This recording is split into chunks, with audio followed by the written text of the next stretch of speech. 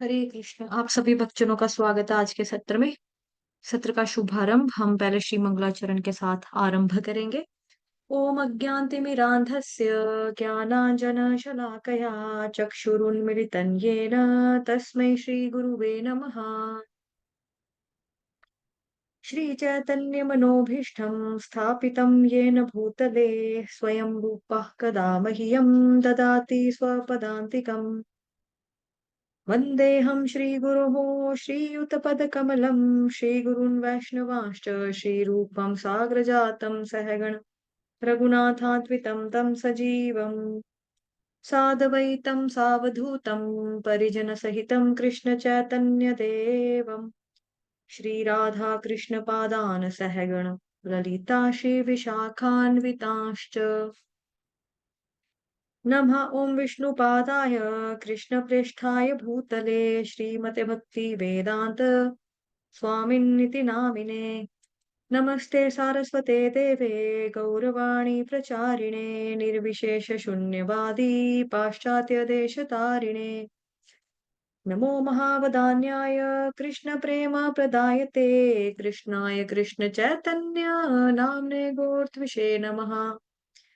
हे कृष्ण करुणा सिंधो दीनबंधो जगतपते गोपेश गोपिका कांत श्री राधा कांत नमोस्तुते तप्त कांचन गौरांगी श्री राधे वृंदावनेश्वरी वृषभानुसुते देवी प्रणमामि हरिप्रिये वाञ्छाकल्पतरुभ्यश्च कृपा सिन्धुभ्येव च पतितनां पावनेभ्यो वैष्णवेभ्यो नमो नमः।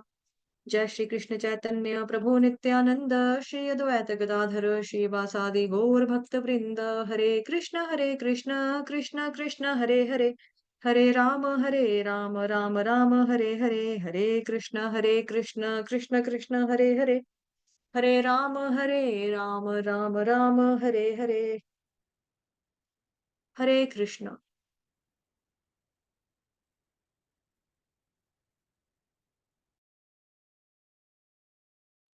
हरे कृष्ण। आप सभी भक्तों का स्वागत है। तो आज जो हमारी कथा है वो है प्रहलाद महाराज की, जो 7वें स्कंद से है। महाराज परीक्षित ने पूछा, हे ब्राह्मण, भगवान विष्णु प्रत्येक जीव के परम हितैषी हैं और सबके साथ निष्पक्ष व्यवहार करते हैं, फिर क्यों उन्होंने एक सामान्य मनुष्य की भांति पक्षपात करते हुए इंद्र का पक्ष लिया और दिति के पुत्रों का वध किया? सब में समान दृष्टि रखने वाला व्यक्ति किस प्रकार एक का मित्र और दूसरे का शत्रु हो सकता है? भगवान तो समस्त सुखों के आगार हैं और स्वयं में पूर्ण और आत्मसंतुष्ट हैं। भला देवताओं का पक्ष लेने से उन्हें क्या प्राप्त होने वाला था? क्या वास्तव में भगवान नारायण संभाव हैं या पक्षपाती? मेरे मन में यह एक बड़ी शंका उठ खड़ी हुई है। कृपया भगवान के पक्षपात रहित गुण की समग्र व्याख्या करके मेरी इस शंका का समाधान कीजिए। सुखदेव गोस्वामी ने उत्तर दिया, राजन, तुम्हारा प्रश्न अत्यंत सराहनीय है, क्योंकि ऐसे प्रश्न भगवान तथा उनके भक्त दोनों की अलौकिक लीलाओं और महिमाओं को उजागर करते हैं। भगवान के भक्त सदैव ऐसे विषयों में रुचि लेते हैं जिनके सुनने मात्र से व्यक्ति भौतिकवादी जीवन की पीड़ाओं से मुक्त हो जाता है।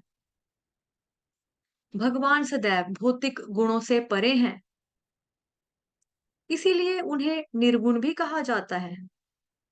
तो यहाँ पर ध्यान देने वाली बात यह है कि जैसे कहते हैं ना भगवान निर्गुण है, तो निर्गुण के लिए लोग आमतौर पे समझ लेते हैं, निराकारवादी लोग जो समझते हैं कि उनके अंदर कोई गुण नहीं है। गुण मतलब कि उनके अंदर कोई क्वालिटी नहीं है, कि भगवान के अंदर कोई गुण ही नहीं होता।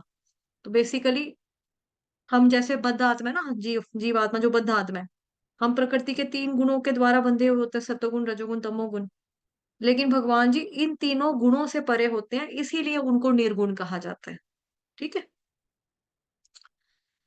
अजन्मे होते हुए भी वे अपनी अंतरंगा शक्ति के माध्यम से इस संसार में प्रकट होते हैं और एक सामान्य बद्ध मनुष्य के समान ही कर्तव्य तथा उत्तरदायित्व स्वीकार करते हैं। कई बार बाहरी दृष्टि से देखने पर भगवान के कार्य भौतिक प्रतीत होते हैं,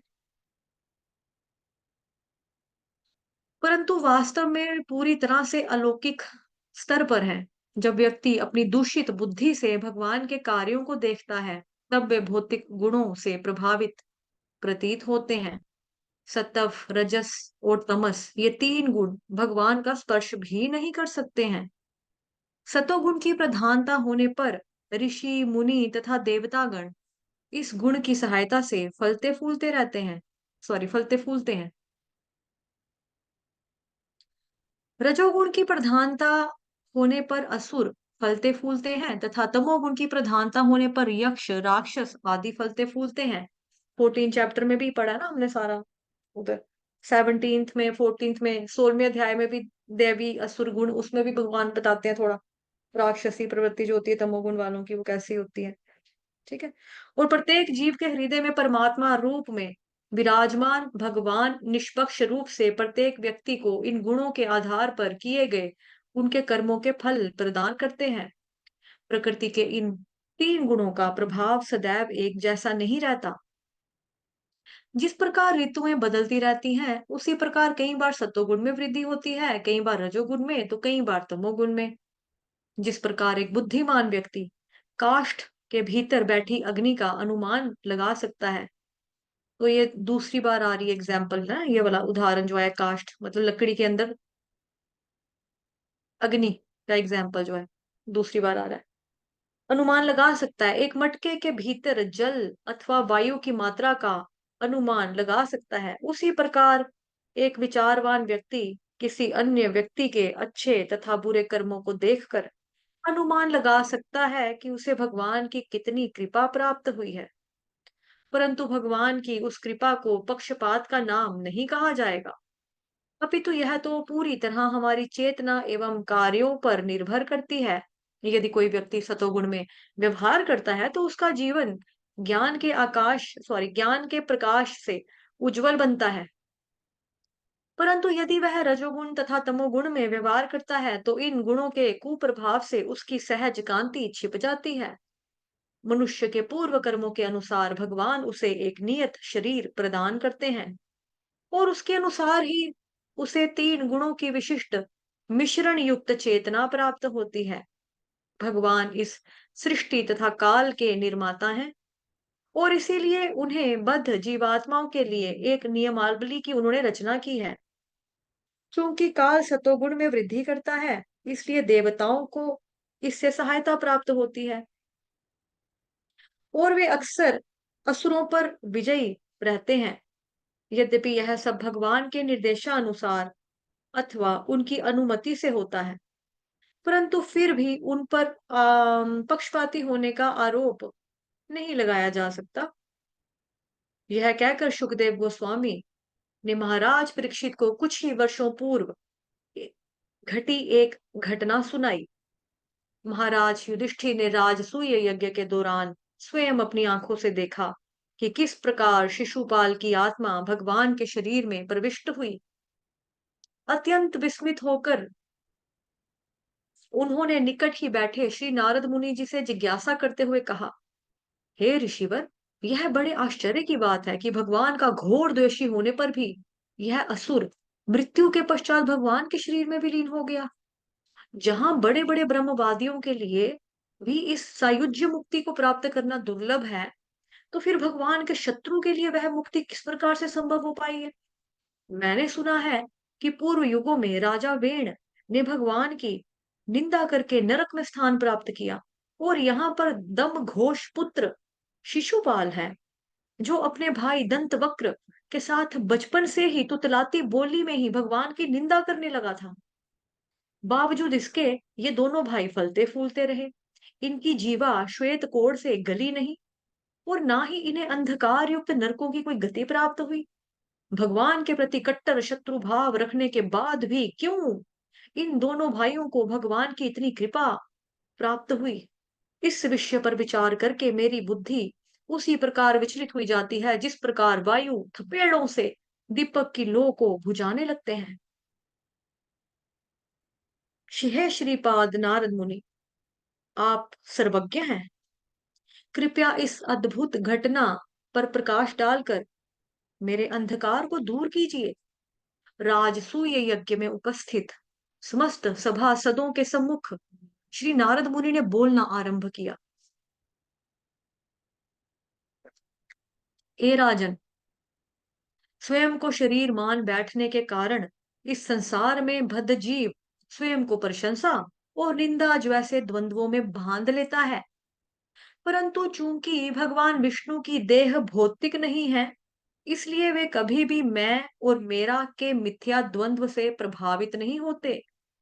फलस्वरूप प्रशंसा किए जाने पर भगवान को सुख की तथा निंदा किए जाने पर दुख की अनुभूति नहीं होती, और ना ही कोई उनका मित्र है और ना ही उनका कोई शत्रु। इतना ही नहीं, चाहे भगवान भक्तों द्वारा अर्पित प्रार्थनाएं स्वीकार करें अथवा असुरों द्वारा की गई निंदा, परम स्तर परम सत्य के स्तर पर ये दोनों समान है। इसलिए किसी भी भाव से भगवान का स्मरण करने से व्यक्ति को उसका समान फल प्राप्त होता है, चाहे वह शत्रुता का भाव हो अथवा भय, स्नेह, काम या फिर भक्ति का। जैसे तैसे यदि मनुष्य अपना मन भगवान में लगा पाता है, तो उसे सद्गति ही प्राप्त होती है। मेरे मत अनुसार सामान्यतः भक्ति के माध्यम से व्यक्ति भगवान का इतना गहन चिंतन नहीं कर सकता है, जितना कि उनके प्रति द्वेष तथा शत्रु की भावना द्वारा। महाराज, इस संदर्भ में एक विशेष प्रकार की मक्खी का उदाहरण आता है। वह दीवार में बनाए एक छोटे से छेद में कीड़ों को कैद करती है ताकि बाद में उन्हें खा सके। परंतु भयवश उस मक्खी का सतत स्मरण करने के कारण वह कीड़ा आगे चलकर उस मक्खी का शरीर प्राप्त करता है। अगर आप लोगों को याद हो तो ये श्रीमद् भगवत गीता में भी एग्जाम्पल आता है ना, कैटरपिलर टाइप का एक एग्जाम्पल आता है कि जिसमें वो क्या होता है, एक दिन ख्वाहिश करती है मैं ये बन जाऊं बन जाऊं बन जाऊं, कि मैं तितली, वो तितली बनना चाहती है। मतलब इसी तरह का एक एग्जाम्पल आता है कि मैं तितली बन जाऊंगी। मैं तितली, एक कीड़ा होता है नॉर्मल, मैं तितली बन जाऊं, काश मैं तितली होता, काश तितली बन जाऊं तितली। तो वो इतना ज्यादा बोलता है, इतना ज्यादा सोचता है तितली बनने के बारे में कि वो सचमुच में तितली बन जाता है। भगवत गीता में भी ये आती है उपमा। हरे कृष्णा। इसी प्रकार मनुष्य किसी भी भावना से भगवान का स्मरण क्यों ना करे, भगवान का स्मरण इतना शक्तिशाली है कि वह व्यक्ति के समस्त पाप कर्मों को धो डालता है और अंततः उसे आध्यात्मिक शरीर प्राप्त हो जाता है। पूर्व काल में अनेक लोगों ने विभिन्न प्रकार से भगवान श्री कृष्ण का स्मरण करते हुए मुक्ति प्राप्त की है। गोपियों ने काम भावना से श्री कृष्ण का चिंतन करके वह पूर्णता प्राप्त की। कंस ने भय द्वारा, शिशुपाल ने द्वेष द्वारा, यदुओं ने श्री कृष्ण के साथ पारिवारिक संबंधों द्वारा, तथा तुम पांडवों ने श्री कृष्ण के प्रति स्नेह तथा उस अवस्था को प्राप्त किया है। सामान्य भक्त अपनी भक्ति भावना द्वारा इस स्तर को प्राप्त करते हैं। येन केन प्रकारेण, जैसे तैसे यदि कोई ध्यान पूर्वक श्री कृष्ण के स्वरूप का चिंतन करता है, तो वह अपना वर्तमान शरीर त्यागने के पश्चात भगवत धाम लौट सकता है। यद्यपि राजा वेन जैसे नास्तिक भगवान से द्वेष और उनकी निंदा करते थे, परंतु चूंकि उन्होंने कभी भगवान के स्वरूप का चिंतन नहीं किया, इसलिए वे मुक्ति प्राप्त नहीं कर पाए। हे पांडव श्रेष्ठ महाराज युधिष्ठिर, आपकी बुआ के ये दोनों पुत्र यानी कि शिशुपाल और दंतवक्र मूल रूप से भगवान विष्णु के दो पार्षद हैं। ब्राह्मणों के शापवश वैकुंठ से इन दोनों का पतन हो गया और इन्होंने इस मृत्यु लोक में जन्म लिया। भगवान विष्णु के ये दो द्वारपाल जय और विजय सतयुग में दीति के पुत्र बने, हिरण्यकशिपु और हिरण्याक्ष। हिरण्यकशिपु सदैव अपने पुत्र प्रहलाद को यातनाएं दिया करता था। तत्पश्चात त्रेता युग में जय विजय ने विश्रवा और उसकी पत्नी केशनी से रावण और कुंभकर्ण के रूप में जन्म लिया। यही भाई आगे चल के नल कुबेर भी यही बनते हैं ना। और द्वापर युग में वे दोनों भाई तुम्हारे फुफेरे भाई शिशुपाल और दंतवक्र बने हैं। सुदर्शन चक्र द्वारा मृत्यु को प्राप्त होने से वे ब्राह्मण के शाप से मुक्त हो चुके हैं। चूंकि श्री कृष्ण से द्वेष रखने के कारण इन दोनों ने दीर्घ काल तक भगवान श्री कृष्ण का स्मरण किया, इसीलिए मृत्यु के पश्चात वे वैकुंठ पहुंचकर पुनः भगवान विष्णु के चरणों की सेवा करने में नियुक्त हो गए। यह सुनकर महाराज युधिष्ठिर ने पूछा, हे ऋषिवर, सामान्यतया माता पिता का अपने बच्चों पर विशेष स्नेह रहता है।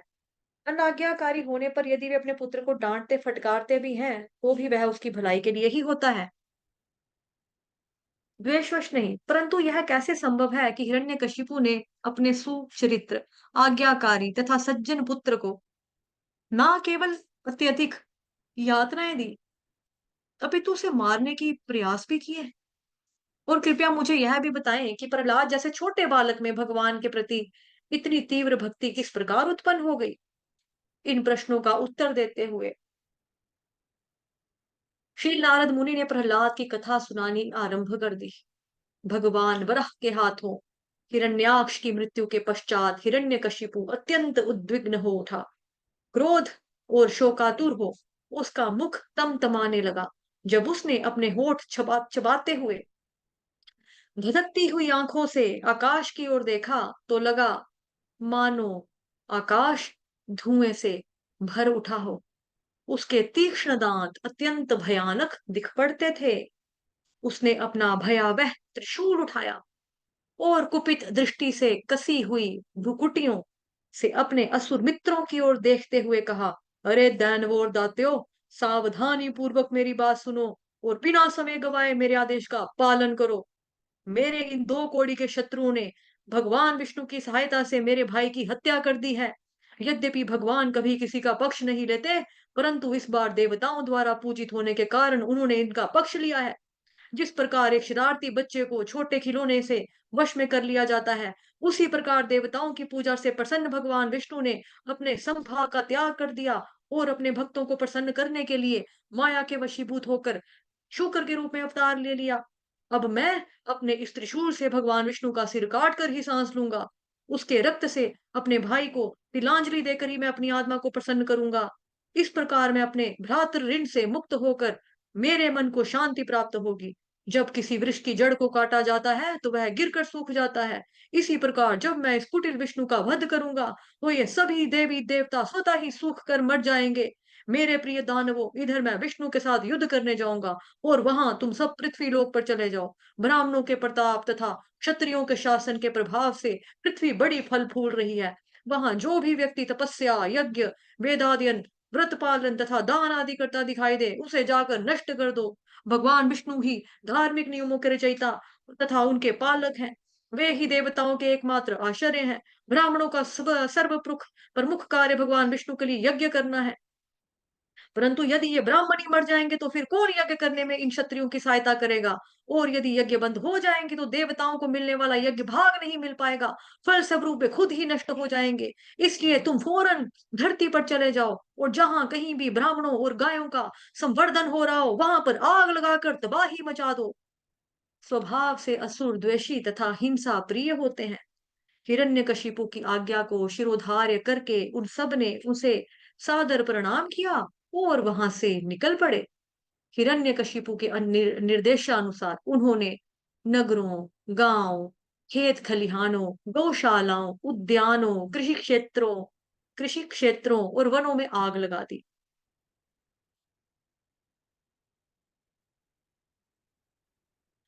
उन्होंने ऋषि मुनियों के आश्रमों, ग्वालों के गांवों और सरकारी राजधानियों तक को भी नहीं छोड़ा। कुछ असुरों ने तो नगर की बाहरी दीवारें और द्वार तक तोड़ डाले, और कुछ अन्यों ने तो स्वस्थ फल वृक्षों को काट दिया और लोगों के घरों में जाकर आग लगा दी।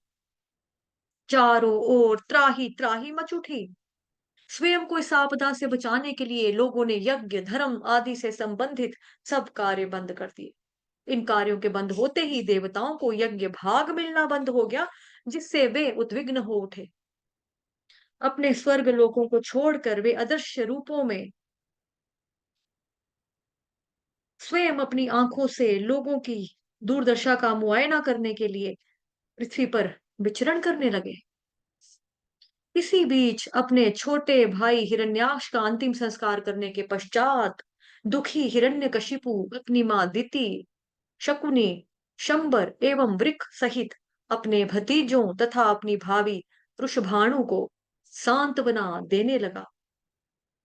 हिरण्यकशिपु ने कहा, मेरे प्रियजनों, हरे कृष्णा। विनीता माता जी, आपको याद है 2-4 दिन पहले आपने एग्जाम्पल मांगी थी आईडीसी कोर्स का पेपर के लिए? ये वही वाली एग्जाम्पल आ गई जो मैंने कहा था कि हिरण्यकशिपु जो होता है वो एक तरह की शिक्षा दे रहा होता है वहां पे, लेकिन ये शिक्षा जो होती है मान्य नहीं मानी जाती है, बिकॉज वो किसी परंपरा से नहीं आता। और साथ ही वो दूसरी चीज बताते हैं कि भाई ना तो परंपरा में है, और दूसरा ना ही वो भगवान का भक्त है।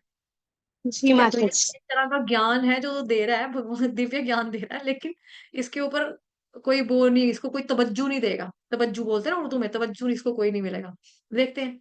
हिरण्यकशिपु ने कहा, मेरे प्रियजनों, तुम्हें इस महान वीर की मृत्यु पर शोक नहीं करना चाहिए। युद्ध भूमि में शत्रु के हाथों वीर गति को प्राप्त करना बहुत यशस्वी है। इस संसार में विभिन्न प्राणी एक ही परिवार में जन्म लेकर परस्पर संबंध बनाते हैं, और कुछ समय पश्चात अपने अपने कर्मानुसार वे एक दूसरे से बिछुड़कर किसी अन्य स्थान एवं परिस्थिति में जन्म लेते हैं। जिस प्रकार एक सराय में 6 यात्री एक साथ आकर रात बिताते हैं। 1 मिनट, लाइट चली गई है, मेरे को फटाफट पहले विनीता माता जी आपको होस्ट बना रही हूँ जल्दी से, ठीक है, इनकेस स्विच हुआ तो।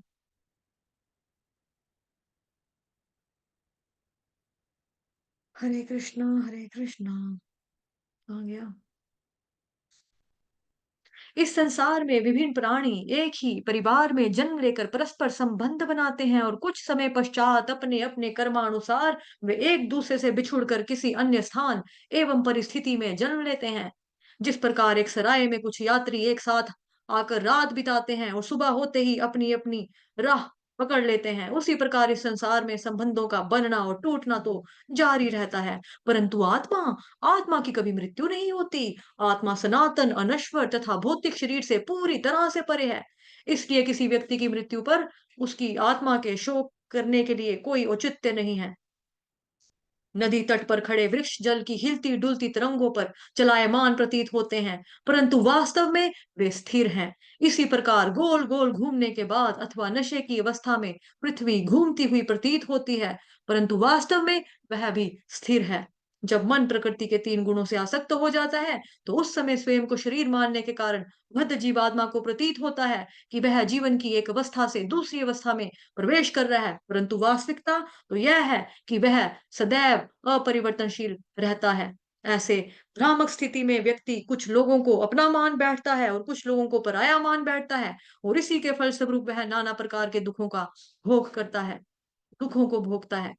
वास्तव में ऐसे मिथ्या और मनोकल्पित विचारों के कारण ही उसे इस संसार में बारंबार जन्म मृत्यु के चक्र से होकर गुजरना पड़ता है। इसे समझाने के लिए मैं आपको एक प्राचीन इतिहास सुनाता हूँ, जिसे सुनकर तुम्हारी आंतरिक ज्ञान की अनुभूति होगी। उशीना राज्य में सुयज्ञ नामक एक सुविख्यात राजा शासन करता था। युद्ध भूमि में अपने शत्रुओं द्वारा वीर गति प्राप्त होने के पश्चात राजा का मृतदेह भूमि पर पड़ा था। उसका सोने से रत्न जड़ित कवच खंडित हो चुका था। उसके आभूषण और मालाएं अपने स्थानों से गिर चुकी थी, और केश बिखरे पड़े थे। राजा की आंखें कांतिहीन थी, और उसका पूरा शरीर रक्त से सना हुआ था। युद्ध करते समय उसका हृदय शत्रु के शब्दों से मर्माहत हुआ था, और उस समय अपनी वीरता का प्रदर्शन करने के लिए उसने अपने होठों को दांतों से दबाया था। यह मृत शरीर में उसके दांत और होठ वैसे ही दबे पड़े थे। उसका सुंदर मुख धूल धूसरित होकर काला पड़ चुका था, और भुजाएं तथा अस्त्र खंडित और कटे हुए पड़े थे। जैसे ही सुयज्ञ की रानियों ने यह समाचार सुना, तो वे तुरंत दौड़ती हुई युद्ध भूमि पर आ पहुंची। और राजा का मृतदेह को घेर कर उच्च स्वर में क्रदन करने लगी। हे नाथ, आपके ना रहने से हमारे शरीर भी प्राण शून्य हो गए हैं। इन्हीं शब्दों को बार बार दोहराते हुए वे रानियां महा मृत राजा के पैरों में गिर पड़ी और अपनी मुट्ठियों से अपनी छाती पीटने लगी। उनके वक्ष स्थल पर आलेपित केसर उनकी आंखों से बहने वाले आंसुओं के साथ बह गया और उनके केश और आभूषण इधर उधर फैल गए। वहां उपस्थित प्रत्येक व्यक्ति इस दारुण दृश्य को देखकर करुणा से भर उठा। अपने पति की मृत्यु पर शोक करते हुए रानियों ने कहा, हे स्वामी, क्रूर नीति आपको हमसे छीन कर एक ऐसे स्थान पर ले गई है जो हमारी दृष्टि से कहीं परे है।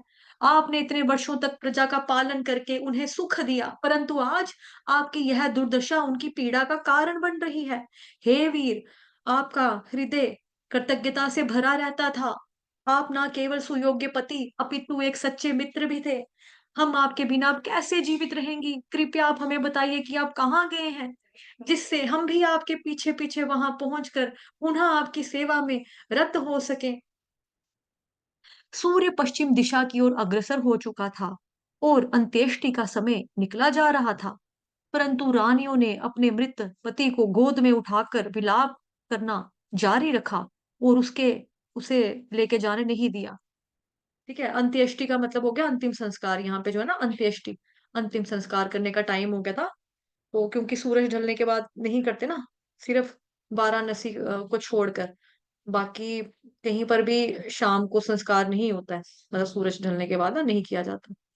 एक वाराणसी को है ऐसा, मतलब शिव जी ने वहां पर बोला हुआ तो वहां पे होता है, अदरवाइज नहीं होता। तो रानियां जो थी वो अपनी गोद में अपने पति राजा पति को लिटाकर रो रही थी जोर जोर से, और किसी ने जाने नहीं दी उनकी बॉडी को। ऊंचे स्वर में शोक व्याकुल रानियों के रोने की आवाज यमलोक तक पहुंच रही थी। चूंकि राजा का मृत शरीर अभी तक जलाया नहीं गया था, इसलिए उसकी आत्मा अभी तक वहीं मंडरा रही थी।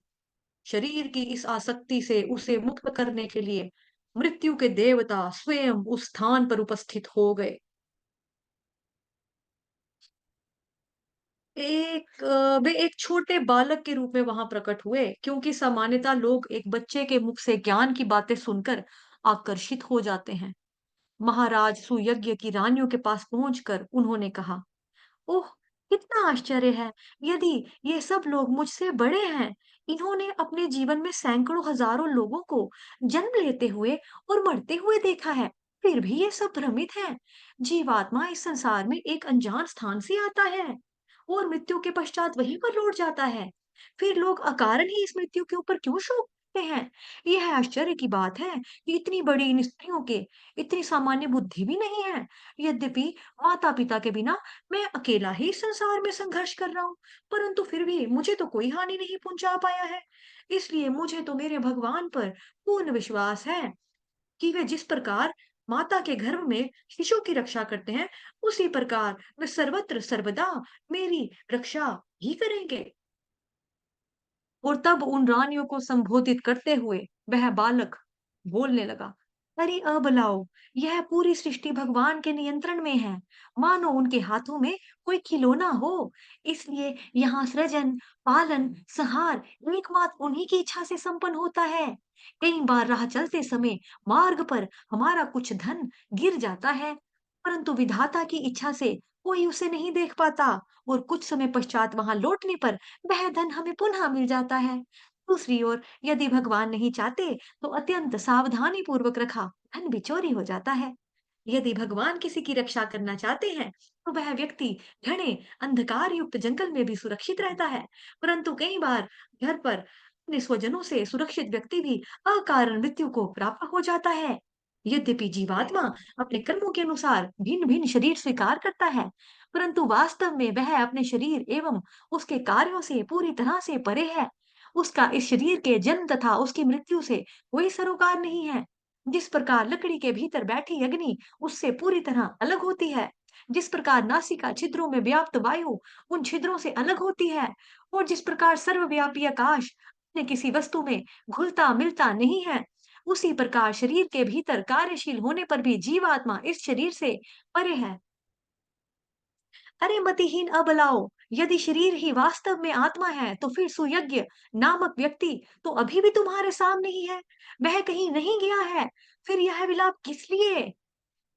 यदि कहती हो कि तुम सब उस व्यक्ति के लिए विलाप कर रही हो, जिससे एक समय तुम बातें किया करती थी और अब वह चला गया है, तब तुम्हारी यह बात भी विरोधाभासी है, क्योंकि वास्तव में तुमने उस व्यक्ति को कभी जाना नहीं और कभी देखा ही नहीं था। फिर अकारण शोक करने का क्या प्रयोजन? जिस शरीर के साथ तुमने सदा व्यवहार किया, वह अभी भी तो तुम्हारे पास ही है, और जिस व्यक्ति को तुमने खो दिया है, उसे तुमने कभी जाना ही नहीं था। दिन के समय में जब व्यक्ति का मन चंचल रहता है, तो वह स्वयं को अत्यंत महत्वपूर्ण मानने लगता है, अथवा रात्रि सोते समय सपने में वह सुंदर स्त्री के साथ भोग करता है, परंतु यह सब तो मिथ्या है।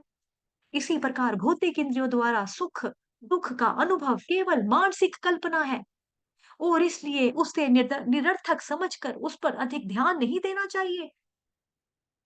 ऐसे लोगों को आत्मनियंत्रित कहते हैं, और आत्मा के स्थायी एवं शरीर के अस्थायी स्वभाव से परिचित हैं।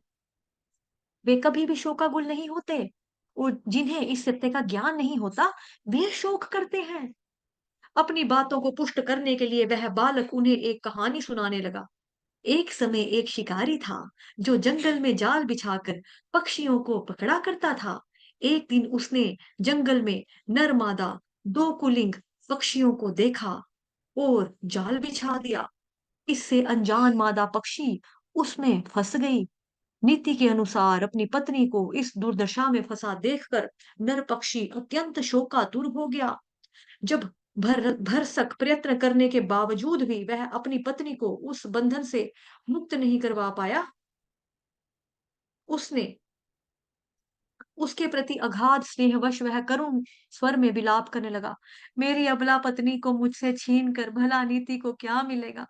यह मेरी अर्धांगिनी है, और यदि क्रूर नीति उसे लेके जाना चाहती ही है, तो फिर वे मुझे क्यों नहीं लेकर गई? अपने आधे शरीर के बिना जीवित रहने तथा निरंतर उसके वियोग में मरने का क्या लाभ? हमारे छोटे बच्चे घोंसले में अपनी माता के लौटने का और उन्हें भोजन देने की प्रतीक्षा कर रहे हैं। वे अभी बहुत छोटे हैं, अभी तक तो उनके पंख भी नहीं निकले हैं। माँ के बिना उनका लालन पालन पोषण कौन करेगा? जब वह कुलिंग पक्षी इस प्रकार आंसू बहा रहा था, थोड़ी ही दूर एक वृक्ष के पीछे छिपे शिकारी ने बाण चलाकर उसे भी मार दिया। बालक के रूप में उपदेश दे रहे यमराज बोले, रानियों, मूर्खतावश तुम दूसरों के लिए शोक कर रही हो, परंतु तुम स्वयं अपनी ओर तेजी से निकट आती हुई मृत्यु को नहीं देख रही हो। यदि तुम अपने पति के शव को लेकर सैकड़ों वर्षों तक कैसे ही शोक करोगी, फिर भी वे लौट कर नहीं आने वाले हैं, और इस बीच तो तुम सबकी भी मृत्यु हो जाएगी, आयु समाप्त हो जाएगी। उस छोटे से बच्चे के मुख से ज्ञान भरे उपदेश सुनकर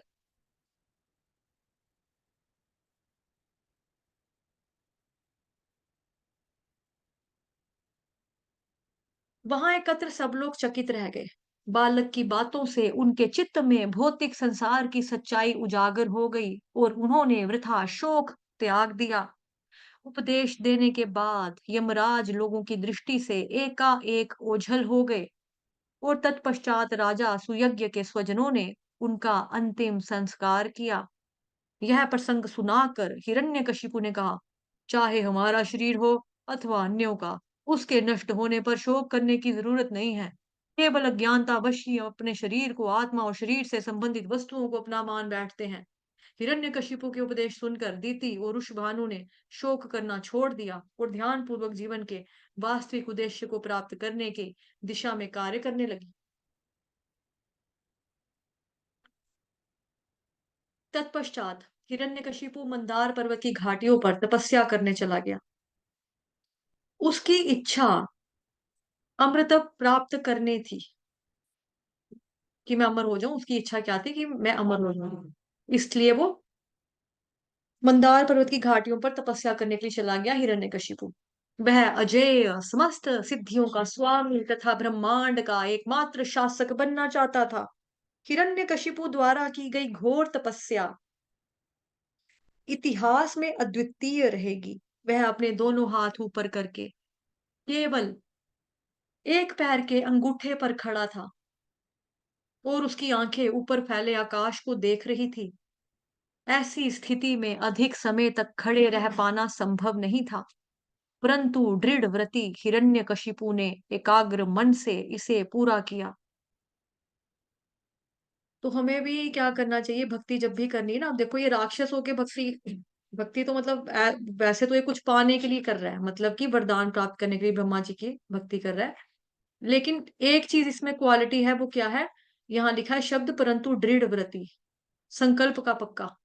उसने निश्चय कर लिया था, डिसाइड कर लिया था कि भाई खड़ा रहना तो मुश्किल है, इम्पॉसिबल है, लेकिन फिर भी मैं करूंगा। कुछ पाने के लिए कुछ तो खोना पड़ता है। उस तरह से उसने क्या किया, एक पैर के अंगूठे के ऊपर खड़ा होकर भक्ति कर रहा है। तो हमें उससे यहाँ पर ये सीखने को मिल रहा है कि हमें भी भक्ति अगर करनी हो तो दृढ़ संकल्प लेना पड़ेगा, लेना चाहिए कि ब्रह्म मुहूर्त में उठ के हमें 16 माला खत्म करनी ही करनी है, कंप्लीट करनी है, अच्छे से करनी है तो करनी ही करनी है। 4 नियमों का पालन करना है तो करना ही करना है। उत्साह निश्चयात् धैर्यात् तत् तत्कर्म प्रवर्तनात्, है ना? श्लोक संख्या 4 उपदेशामृत का। फिर है जी। हम्म जब पृथ्वी पर विचरण कर रहे देवताओं ने देखा कि हिरण्यकशिपु ऐसी भीषण तपस्या करने के लिए जंगलों में चला गया है, तो उन सभी ने राहत की सांस ली और प्रसन्न होकर अपने अपने लोकों में लौट आए। परंतु कुछ ही समय में हिरण्यकशिपु के सिर से एक ऐसी आग निकलने लगी, मानो प्रलय काल के दौरान सूर्य की प्रचंड किरणें हो। उस अग्नि की लपटें और धुआं समस्त दिशाओं में फैलने लगा। धीरे धीरे उसने निम्न एवं उच्च सब लोगों को अपने अंदर समेट लिया। हर तरफ भयंकर गर्मी होने लगी। हिरण्यकशिपु की तपस्या के प्रभाव से नदियां और समुद्र विचलित हो उठे और पूरी धरती थर थर कांपने लगी। प्रतीत हो रहा था संपूर्ण सृष्टि उन अग्नि ज्वालाओं में सिमट जाएगा। विवश हो देवताओं को अपना घर छोड़कर पलायन करना पड़ गया। वे ब्रह्मा जी के पास गए और उन्हें पूरी स्थिति का विवरण कह सुनाया। हे सृष्टिपति, हिरण्यकशिपु के सिर से आग निकल रही है। हम उससे अत्यंत पीड़ित हो रहे हैं और हमें अपने लोक छोड़ने के लिए मजबूर होना पड़ रहा है। हे देवादिदेव, यदि आपको उचित लगे तो इससे पहले कि आपकी सारी प्रजा विनष्ट हो जाए, कृपया हिरण्यकशिपु को तपस्या करने से जाकर रोकिए। हिरण्यकशिपु अत्यंत घोर तपस्या कर रहा है। यदि आप उसकी योजनाओं से अनजान नहीं है, फिर भी हम उन योजनाओं को आपके समक्ष कहना चाहते हैं। हिरण्यकशिपु सोच रहा है, ब्रह्मा जी ने घोर तपस्याओं के फलस्वरूप इतने उच्च पद की प्राप्ति की है, मैं भी अमर हूँ और काल भी अमर है। इसलिए मैं अनेक जन्मों में तब तक तपस्या करता रहूंगा जब तक मुझे वो पद प्राप्त नहीं हो जाता। तब अपनी शक्ति के बल पर मैं इस सृष्टि के नियमों को बदल दूंगा। पुण्य कर्म करने से पाप कर्मों का फल मिलेगा और पाप कर्मों को करने से पुण्य कर्मों का फल मिलेगा। अंत में देवताओं ने कहा, हे भगवान, आप तीनों लोकों के स्वामी हैं, कृपया देर ना कीजिए, हमें इस स्थिति से उबारने के लिए आवश्यक निर्णय लीजिए। यदि हिरण्यकशिपु आपके पद को छीन लेगा तो अनर्थ हो जाएगा। इसे सुनकर ब्रह्मा जी तुरंत उठे और अपने हंस वाहन पर आरूढ़ होकर भृगु, दक्ष तथा अन्य महान ऋषियों और देवताओं के साथ वहां से प्रस्थान किया। मंदार पर्वत पर पहुंचकर ब्रह्मा जी को कहीं भी हिरण्यकशिपु दिखाई नहीं पड़ा। अनेक वर्षों तक तपस्या करने के फल स्वरूप हिरण्यकशिपु का शरीर चींटियों की बांबी से ढक गया था और उस पर जंगली घास और बांस उग गए थे। चींटियों ने हिरण्यकशिपु के शरीर की त्वचा, मांस, रक्त आदि सब खा लिया था और इसलिए हिरण्यकशिपु का कंकाल ही शेष बचा था। अंततः ब्रह्मा जी ने दिति के पुत्र हिरण्यकशिपु को ढूंढ लिया, जो अपने छिपे रूप में उसी प्रकार संपूर्ण ब्रह्मांड को जला रहा था, जिस प्रकार बादलों के पीछे सूरज अपनी अग्नि बिखेरता है। इस दृश्य को देखकर तो ब्रह्मा जी भी विस्मित रह गए। मुस्कुराते उन्होंने बोला, हे कश्यप नंदन, उठो, सर्व प्रकार से तुम्हारा मंगल हो। तुमने सफलता पूर्वक घोर तपस्या संपन्न कर ली है। मैं तुम्हें कोई वरदान देना चाहता हूँ। तुम्हारे मन में जो कोई भी इच्छा है, निसंकोच उसको कहो। तुम्हारे इस भीषण प्रयास को देखकर मैं आश्चर्यचकित हूँ। इतने वर्षों में ये कीड़े चींटियां तुम्हारे शरीर के कतरे कतरे को खा गए, परंतु फिर भी तुमने यह सब सहन किया और केवल प्राणवायु की सहायता से अपने प्राणों को अपनी अस्थियों के बीच में कायम रखा। यहाँ तक कि भृगु जैसे महर्षि भी घोर तपस्या करने में सक्षम नहीं है और ना ही भविष्य में कभी कोई ऐसी तपस्या कर पाएगा। भला कौन है जो बिना जल पिए 100 दिव्य वर्षों तक अपने प्राणों को धारण कर सकता है? क्योंकि तुमने ऐसे कार्य को सिद्ध किया है जो देवताओं के लिए भी असंभव है, तो मैं तुमसे अत्यंत प्रसन्न हूँ और मैं तुम्हारी मनोवांछा पूरी करना चाहता हूँ। यह कहकर ब्रह्मा जी ने अपने कमंडलू से दिव्य जल की कुछ बूंदे हिरण्यकशिपु के ऊपर छिड़की और तत्क्षण हिरण्यकशिपु का शरीर पुनः प्रकट हो गया। इतना ही नहीं, अब उसके शरीर की कांति पिघले सोने को भी मात दे रही थी। उसके शरीर के अंग इतने मजबूत बन चुके थे कि वे सहजता से वज्राघात को झेल सकते थे। जिस प्रकार लकड़ी से अग्नि प्रस्फुटित होती है, उसी प्रकार हिरण्यकशिपु उस बांबी के बीच से प्रकट हो गया। अपने सम्मुख आकाश में हंस पर विराजमान ब्रह्मा जी को देखकर वह हर्षित हो उठा। भूमि पर गिरकर उन्हें दंडवत प्रणाम करने के पश्चात हिरण्यकशिपु उठ गया। अत्यंत प्रसन्न होने के कारण उसका शरीर कांप रहा था और आंखों से आंसू बह रहे थे। अपने दोनों हाथ जोड़े हुए वह ब्रह्मा जी के सामने नम्र भाव में खड़ा हो गया और ब्रह्मा जी को प्रसन्न करने के लिए अपनी कांपती हुई वाणी से उनकी स्तुति करने लगा। मैं इस ब्रह्मांड के सर्वोच्च स्वामी के चरणों में प्रणाम करता हूँ। आप इस सृष्टि के आदि पुरुष हैं। आप ही समस्त चर अचर जीवात्माओं के परम नियंता हैं। सब जीवों के हृदय में परमात्मा रूप में व्याप्त होने के कारण आप आदि हैं, आप अंतहीन हैं, आप सर्वव्यापी हैं, आप काल और स्थान की परिसीमाओं से परे हैं। हे भगवान, हे मुझे वरदान कर प्राप्त वरदान सबको देने में सभी सर्वश्रेष्ठ हैं आप, सबको वरदान देने में। यदि आप मुझसे प्रसन्न हैं, मुझे वर ही देना चाहते हैं, तो कृपया मुझे अमरता का वर दे दीजिए। अपनी मनोवांछा पूरी करने की लालसा में हिरण्यकशिपु ब्रह्मा जी को भगवान कहकर संबोधित कर रहा था। परंतु ब्रह्मा जी ने उसे बताया, एक दिन स्वयं उनकी भी मृत्यु होनी है। फिर भला वे किसी दूसरे को कैसे अमर बनने का वरदान दे सकते हैं? तब हिरण्यकशिपु ने अपनी बुद्धि का पूरा पूरा प्रयोग करते हुए अपनी मृत्यु के समस्त द्वार बंद करने की योजना बनाई। उसने कहा, हे प्रभु, कृपया मुझे वरदान दीजिए। आपके द्वारा रचित किसी भी प्राणी द्वारा मेरी मृत्यु ना हो। मुझे ऐसा वर दीजिए जिससे मेरी मृत्यु ना तो घर के भीतर हो, ना ही घर के बाहर हो, ना दिन में हो, ना रात में हो, ना धरती पर हो, ना आकाश में हो। आपके अतिरिक्त अन्य किसी भी व्यक्ति द्वारा निर्मित प्राणी के हाथों मेरी मृत्यु ना हो। मेरी मृत्यु ना तो किसी अस्त्र से हो, ना किसी शस्त्र से हो। इतना ही नहीं, इस सृष्टि के समस्त प्राणियों तथा लोकपालों पर मेरा संपूर्ण वर्चस्व हो और साथ ही मुझे समस्त योग और तपस्याओं के फल स्वरूप मिलने वाली सिद्धियां भी प्राप्त हों। हिरण्यकशिपाओं हिरण्यकशिपु की तपस्याओं से अत्यंत प्रसन्न ब्रह्मा जी ने उत्तर दिया, हे दिति पुत्र, तुम्हारे द्वारा इच्छित वरदानों को प्राप्त करना अत्यंत दुष्कर है, परंतु चलो फिर भी मैं तुम्हें ये सब वरदान प्रदान करता हूँ। तत्पश्चात महान ऋषियों और देवताओं की स्तुतियां और हिरण्यकशिपु की पूजा स्वीकार करके ब्रह्मा जी ने अपने दिव्य लोक की ओर प्रस्थान किया। अपनी घोर तपस्या में अभूतपूर्व सफलता प्राप्त करने के बाद भी हिरण्यकशिपु का मन भगवान श्री विष्णु के प्रति द्वेष और प्रतिकार की भावना से भरा था।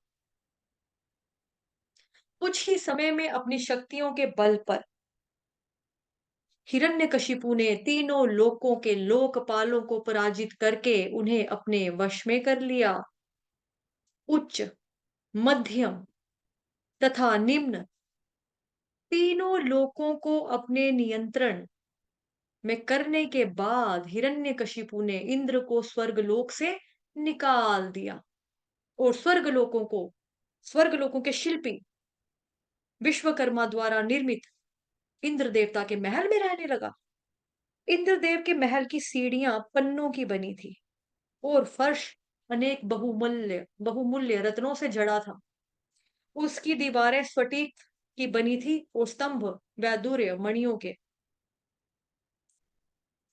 उस महल की स्त्रियां अत्यंत रूपवती थी और उनके निरंतर आवागमन से उनकी नूपुर की झंकार कानों के लिए अत्यंत मधुर संगीत का निर्माण करती थी।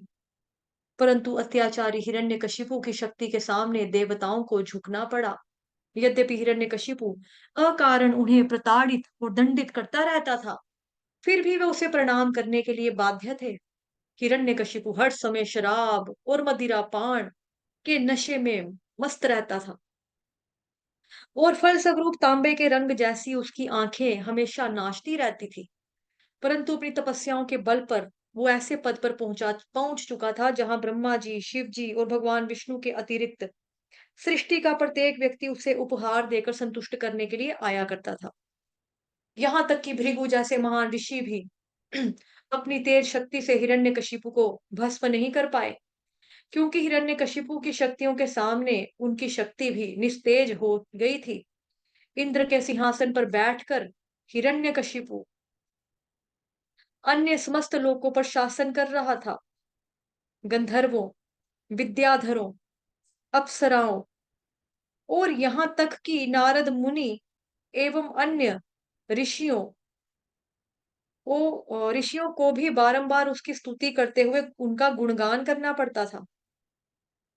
वर्णाश्रम धर्म के अनुयायी जो भी अग्नि यज्ञ संपन्न कर रहे थे, हिरण्यकशिपु देवताओं को यज्ञ भाग दिए बिना स्वयं ही अकेले उनका भोग करने लगा।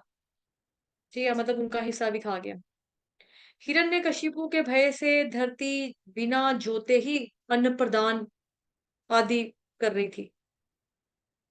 गायें प्रचुर मात्रा में दूध दे रही थी, मतलब सबको अपनी जान का खतरा हो गया था कि हमारे ऊपर अत्याचार ना कर दे, हमें ना मारे कहीं। तो इस वजह से जो गायें थी, वो भी ज़्यादा दूध देने लगी। जो ज़मीन थी वो बिना खेती किए ही उधर से अन्न उग रहा था।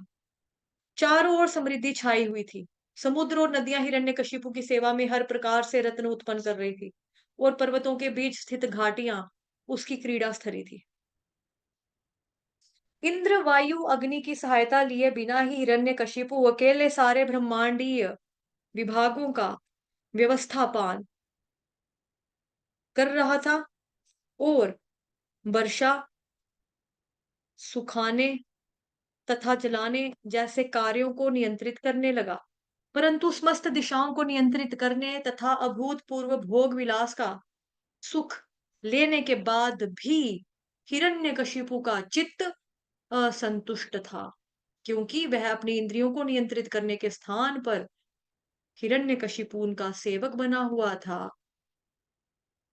इस प्रकार अपने ऐश्वर्य पर अति गर्वित हिरण्यकशिपु ने दीर्घ काल तक धर्म के नियमों का उल्लंघन करते हुए राज्य किया और फलस्वरूप 4 कुमारों ने उसे शाप दे दिया। सृष्टि का प्रत्येक प्राणी हिरण्यकशिपु के शोषण का शिकार बना हुआ था और विशेष रूप से सृष्टि के संचालक उसकी प्रताड़नाओं से अत्यंत भयभीत और व्याकुल थे।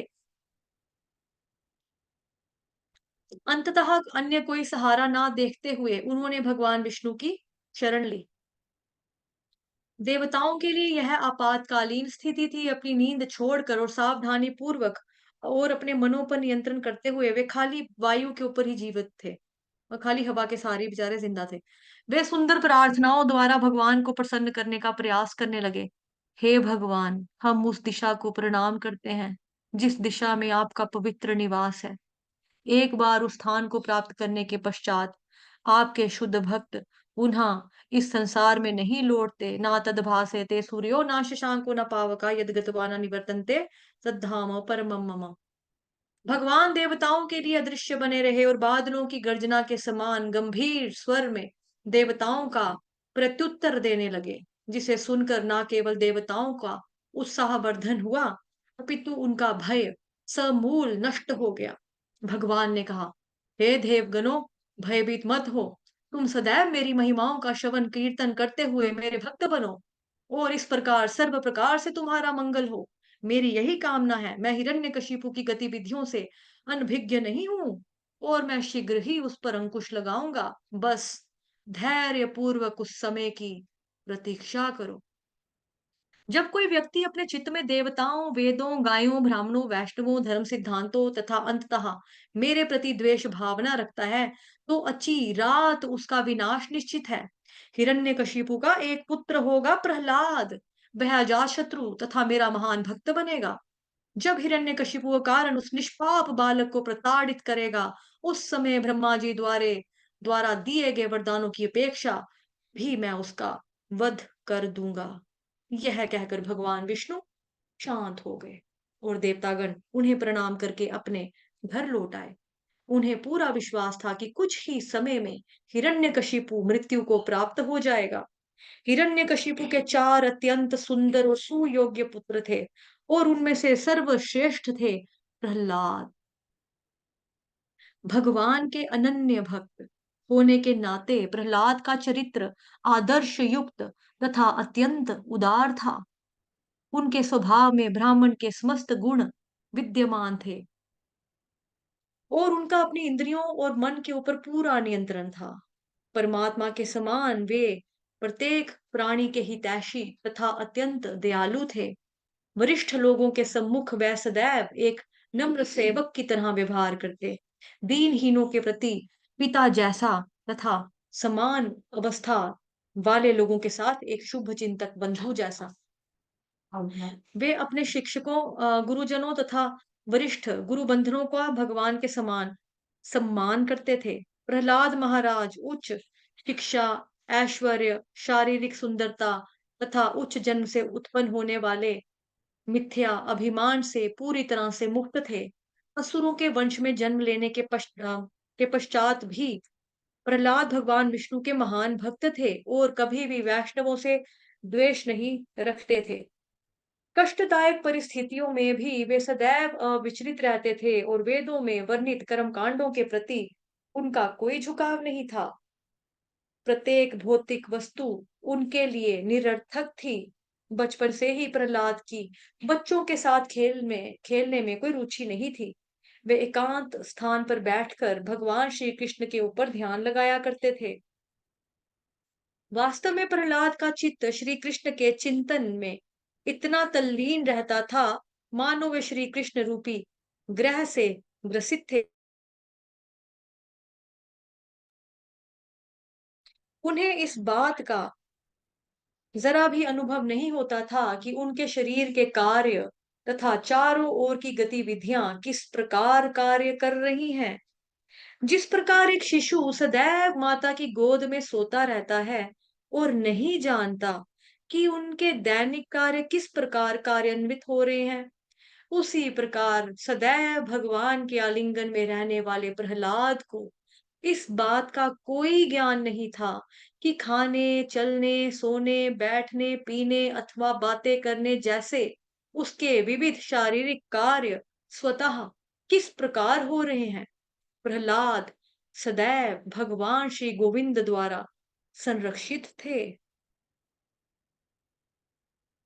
यदि माता अपने बच्चे को एक स्थान पर छोड़कर घर के काम काज में व्यस्त हो जाती है, तो घबराकर बच्चा रोने लगता है। परंतु जैसे ही बच्चा दूर से माता को आता हुआ देखता है, वह शांत हो जाता है और प्रसन्न होकर हंसने लगता है।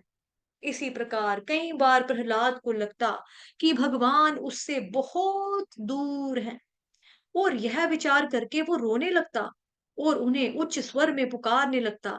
जिस प्रकार एक माता दूर से ही बच्चे को सांत्वना देते हुए कहती है, मेरे बच्चे रो मत, मैं आ रही हूँ।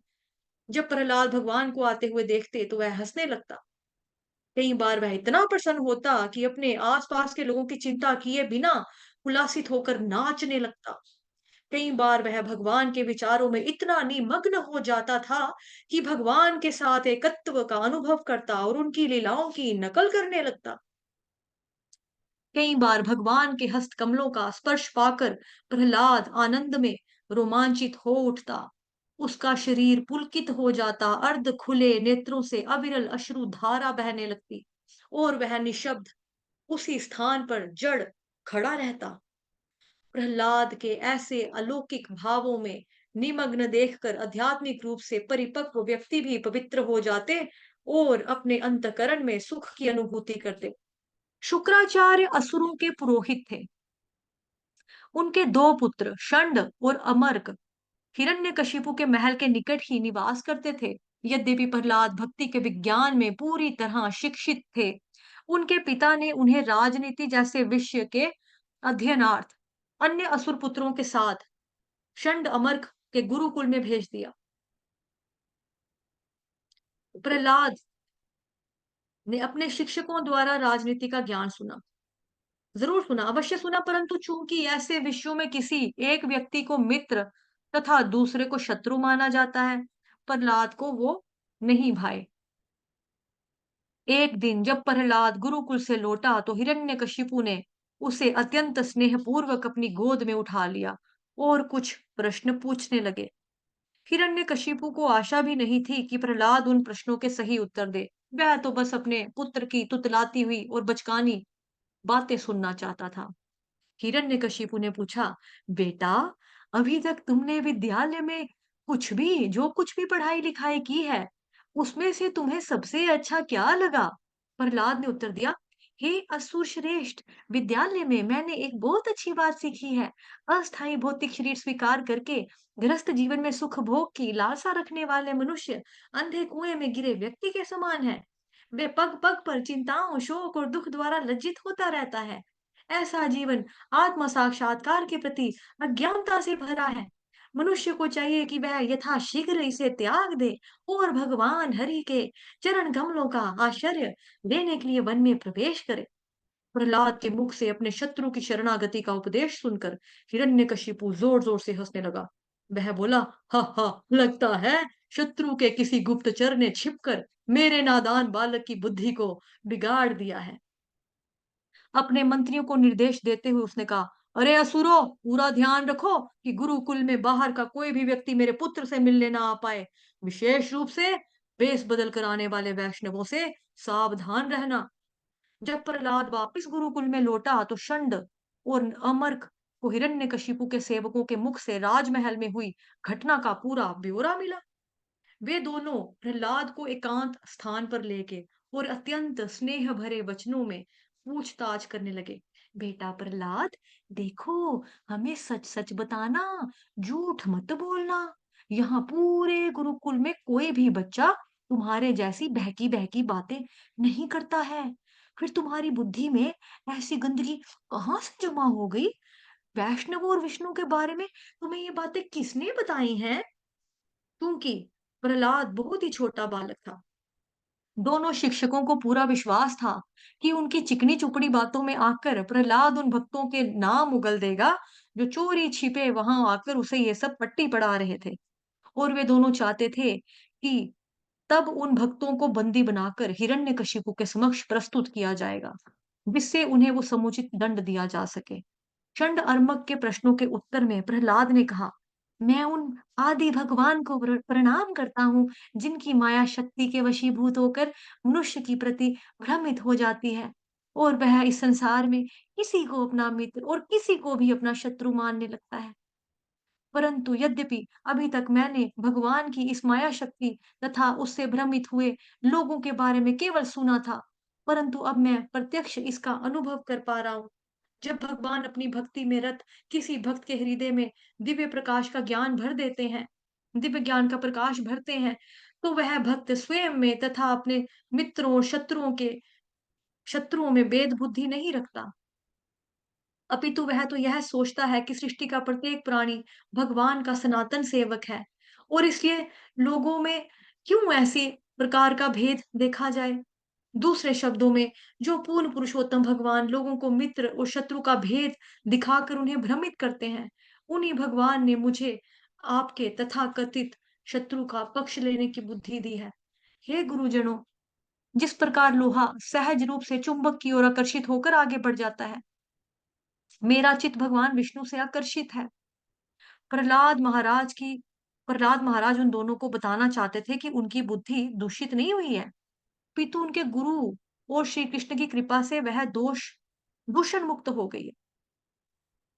जहां एक ओर हिरण्यकशिपु भगवान विष्णु को अपना शत्रु मान रहा था, प्रहलाद उन्हें बताना चाहते थे कि भगवान कभी भी किसी के शत्रु नहीं, वरन प्रत्येक प्राणी के परम हितैषी मित्र हैं।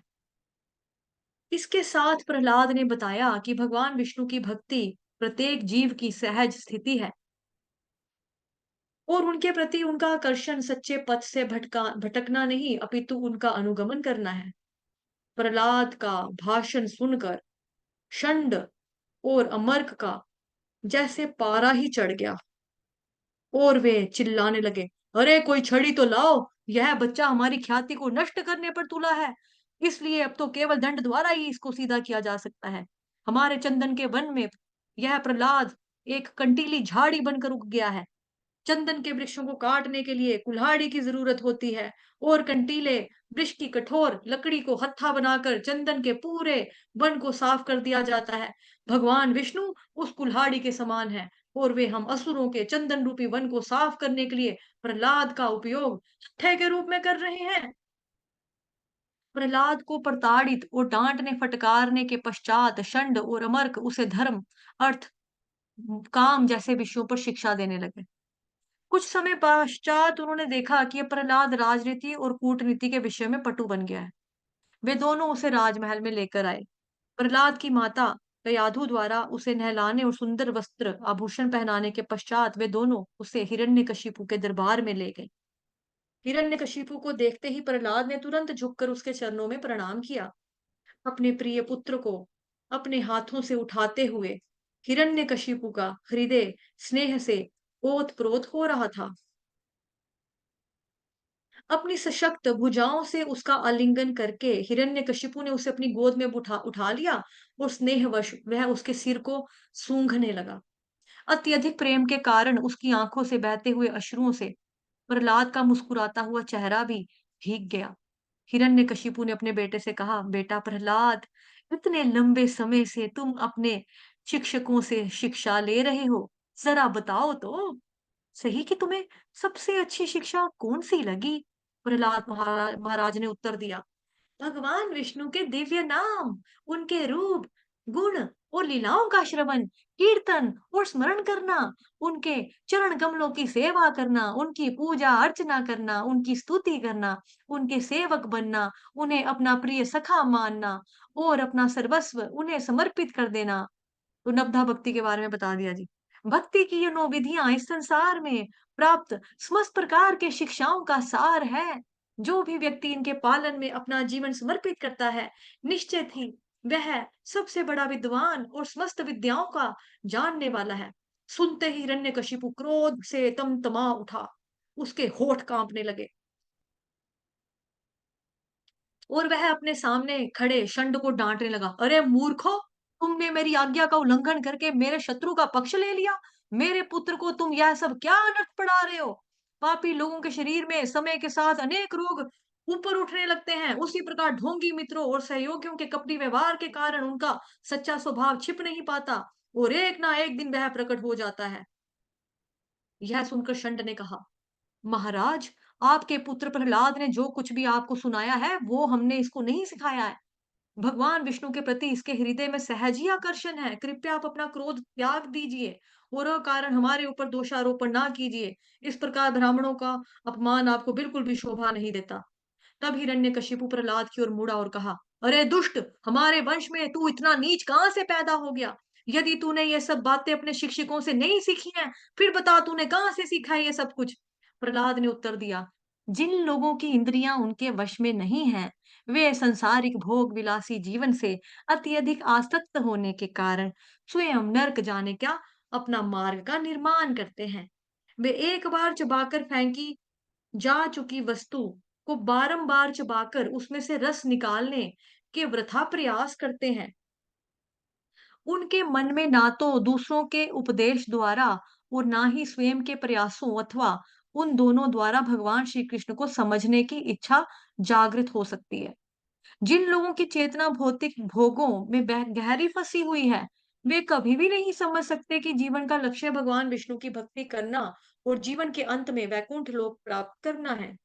जिस प्रकार अंधे नेता का अनुगमन करने वाले अंधे लोग उसके साथ ही गड्ढे में गिर जाते हैं, उसी प्रकार जब भौतिक भोगों से आसक्त एक व्यक्ति अन्य भोगी का अनुगमन करता है, तो वह संसारिक कर्म श्रृंखला के सशक्त बंधन में बंध जाता है और जन्म जन्मांतर तक त्रितापों को भोगता है। ऐसे लोग जब तक अपने शरीर को शुद्ध वैष्णवों की चरण धूलि से सुशोभित नहीं करते, तब तक वे भगवान हरि के चरण कमलों के प्रति आकर्षण उत्पन्न नहीं कर सकते और भगवान के चरण कमलों का आश्चर्य प्राप्त करके ही तथा उनकी भक्ति में संलग्न होकर ही व्यक्ति भौतिक बंधनों से मुक्त हो सकता है। प्रहलाद का एक एक शब्द हिरण्यकशिपु के क्रोध में उफान ले रहा था। प्रचंड अग्नि के समान क्रोधित होकर उसने अपने पुत्र को उठाया और भूमि पर दे पटका। उसकी आंखें पिघले हुए तांबे के समान लाल थी। अपने सेवकों को आदेश देते उसने कहा, इस लड़के को तुरंत मेरी आंखों के सामने से ले जाओ और जितना शीघ्र संभव हो मौत के घाट उतार दो। यही प्रहलाद मेरे भाई का हत्यारा है, क्योंकि इसने अपने स्वजनों के हित को छोड़कर हमारे शत्रु विष्णु की दासता स्वीकार की है। 5 वर्ष की अल्पावस्था में इसने अपने माता पिता के प्रेम को ठुकरा दिया, इसलिए अब इस पर विश्वास करना मूर्खता होगी और इस बात का भी क्या भरोसा कि यह विष्णु के साथ विश्वासघात नहीं करेगा। यद्यपि औषधियां मनुष्य जाति में जन्म ना लेकर वनस्पति जाति में जन्म लेती हैं, परंतु मनुष्यों के लिए लाभकारी होने के कारण होती है, इसलिए उन्हें संभाल कर रखा जाता है। इसी प्रकार चाहे कोई व्यक्ति हमारे परिवार का ना भी हो, परंतु यदि वह हमारे प्रति अनुकूल है, तो उसका संरक्षण पुत्र के रूप में किया जाना चाहिए। दूसरी ओर यदि शरीर का कोई अंग बुरी तरह से संदूषित हो जाता है, तो शेष शरीर की रक्षा करने के लिए उस अंग को कटवाना बुद्धिमता माना जाता है। इसी प्रकार यदि किसी व्यक्ति का अपना पुत्र ही उसका विरोधी बन जाए, तो उसका त्याग कर देना चाहिए। योग साधना में प्रगति करने वाला योगी के लिए उसका अनियंत्रित मन सबसे बड़ा दुश्मन होता है। उसी प्रकार आज ये प्रहलाद मेरा सबसे बड़ा शत्रु बन गया है, क्योंकि मैं उसे अपने वश में नहीं कर पा रहा हूं। किसी भी प्रकार से इसका वध हो जाना चाहिए। हिरण्यकशिपु के राक्षस सेवक भयानक अस्त्र शस्त्रों से लैस थे। उनके तीक्ष्ण दांतों, तांबे जैसे लाल बालों एवं दाढ़ी से वे और भी ज्यादा डरावने लगते थे। अपने स्वामी की आज्ञा पाते ही उन्होंने प्रहलाद को उठाया और ऊंचे स्वर में, काट डालो, इसे भेद डालो, चिल्लाते हुए अपने भाले और त्रिशूल उसकी सुकोमल देह में भोंकने लगे। परंतु प्रहलाद अविचलित भाव से वहां शांत बैठकर अपने अंतःकरण में भगवान श्री विष्णु का स्मरण कर रहे थे। उन असुरों के अस्त्र शस्त्र निष्फल रहे। जब हिरण्यकशिपु ने यह समाचार सुना, तो वह भयभीत हो उठा और अपने पुत्र को मारने की योजनाएं बनाने लगा। उसने प्रहलाद को विशालकाय पागल हाथियों के पैरों के नीचे फेंक कर उसे रुंधवाने का प्रयास किया। उसने प्रहलाद को भयंकर विषैले सर्पों से भरे हुए एक गड्ढे में फिंकवाया। उसने प्रहलाद को एक बहुत ऊंचे पहाड़ की चोटी से धिक्का दिया, उसे जहर दिया, भूखा प्यासा रखा, समुद्र में डुबोने की कोशिश की, बर्फ में जमाना और भारी चट्टानों के नीचे पिसवाने का भी प्रयास किया, परंतु ये सब प्रयास निष्प्रभावी रहे। हिरण्यकशिपु ने अपने निष्पाप पुत्र पर जादू टोना भी करवाया, परंतु इतना कुछ करने के बाद भी वो इस छोटे से बच्चे का बाल का बांका भी नहीं कर सका। हिरण्यकशिपु की चिंता बढ़ने लगी। उसने विचार किया, प्रहलाद को प्रताड़ित तथा मारने के इतने प्रयासों के बाद भी मैं इसका कुछ नहीं बिगाड़ पाया हूं। इसके अंदर कोई तो विशेष शक्ति है, जिसके बल पर यह सुरक्षित और निर्भय रहा है। यह कुत्ते की उस पूंछ के समान है जो कभी भी सीधी नहीं हो सकती। परंतु अब मैं क्या करूं? यह जीवन भर मेरे इन अत्याचारों को याद रखेगा। यह कभी नहीं भूलेगा कि मैंने इसके सामने विष्णु की इतना निंदा की। लगता है यह बालक अमर है और इसके पास असीमित शक्तियां हैं। जरा देखो, इसे मेरे दंड का बिल्कुल भी भय नहीं है। प्रहलाद के प्रति शत्रुता रखने के कारण कहीं आगे चलकर मेरा ही अंत ना हो जाए। इस प्रकार विचार करते हुए हिरण्यकशिपु हताश खड़ा हो गया। हताश खड़ा था। उसके शरीर की कांति क्षीण हो चुकी थी। और कोई उपाय ना सूझने के कारण उसका सिर झुका हुआ था। उसकी ऐसी अवस्था देखकर षंड और अमरख एकांत में उसके पास गए और उसे यह परामर्श दिया, महाराज, आपकी भ्रुकुटी हिलने मात्र से ही इस सृष्टि के समस्त लोकपाल कांपने लगते हैं। आपने केवल अपने बाहुबल से तीनों लोकों पर वर्चस्व प्राप्त किया है। इसलिए हमारी राय में आपका निराश और चिंतित होने का कोई कारण नहीं है। प्रहलाद तो अभी एक छोटा बच्चा है, इसीलिए उसने क्या कहा, क्या किया, इसे अधिक गंभीरता से ना लें। जब तक हमारे पिताजी शुक्राचार्य नहीं लौटते, तब तक इस बालक को कड़ी निगरानी में हम बंदी बनाकर रखा जाएगा। तब तक बालक को कड़ी निगरानी में बंदी बनाकर रखा जाए। कुछ समय के बाद जब ये सयाना हो जाएगा, तो निश्चित रूप से इसकी बुद्धि ठीक हो जाएगी, ठीक रास्ते पर चलने लगेगी। इसके बारे में अभी इतनी अधिक चिंता करने की जरूरत नहीं है। हिरण्यकशिपु ने उनके प्रस्ताव को स्वीकार कर लिया और षंड अर्मक प्रहलाद को पुनः गुरुकुल में ले जाकर सुव्यवस्थित रूप से धर्म, अर्थ, काम के विषय में शिक्षाएं देने लगे। परंतु चूंकि प्रहलाद महाराज अलौकिक पद पर स्थित थे और उनके शिक्षकों की शिक्षाएं इस भौतिक संसार के द्वंद्वों को सिखाने वाली थी, प्रहलाद की उन शिक्षाओं में कोई भी रुचि नहीं थी। जब वे दोनों शिक्षक घर के किसी कामकाज से बाहर जाते, तो उस समय प्रहलाद के मित्र उसे बाहर खेलने के लिए बुला लेते। प्रहलाद मंद स्वर में मुस्कुराते हुए मधुर वाणी में उन्हें भौतिक जीवन की व्यर्थता के बारे में उपदेश देता। वे सब बच्चे प्रहलाद का मन से बहुत सम्मान करते थे और उनके मन में प्रहलाद के प्रति गहरा लगाव भी था। चूंकि अभी वे सब लगभग 5 वर्ष की उम्र के छोटे बालक थे, इसलिए उनकी चेतना संसारिक शिक्षा से अधिक दूषित नहीं हुई थी। वे प्रहलाद को बाहर बुलाकर अपना खेल बंद करते और उसके मुख से कुछ अच्छी बातें सुनने के लिए उसे घेर कर बैठ जाते। उपदेश सुनने के लिए उन बच्चों की आतुरता देखकर प्रहलाद उनके हित में उपदेश करने लगते। बुद्धिमान व्यक्ति को चाहिए कि वह अपने बचपन से ही भक्ति का अभ्यास करे। वह मनुष्य जीवन अत्यंत ही दुर्लभ है। यद्यपि यह अन्य प्राणियों के शरीर के समान ही अस्थायी है, फिर भी इस मनुष्य के शरीर में भक्ति करके जीवन की सर्वोच्च पूर्णता प्राप्त की जा सकती है। भगवान विष्णु प्रत्येक जीव के स्वामी हैं, उनके परम हितैषी मित्र हैं और इसलिए हम सब के लिए उनकी भक्ति करना अत्यंत सहज है। मेरे प्रिय मित्रों, इंद्रियों द्वारा भोगे जाने वाले सुख तो प्रत्येक योनियों में उपलब्ध रहता है और हर प्राणी अपने अपने कर्मानुसार उसे प्राप्त करता ही है। जिस प्रकार हमें अपने जीवन में बिना कोई प्रयास किए दुख मिलते हैं, उसी प्रकार सुख भी बिना किसी प्रयास के ही आते हैं। इसलिए आर्थिक विकास, इंद्रिय भोग विलास के लिए प्रयत्न करना समय की व्यर्थता है।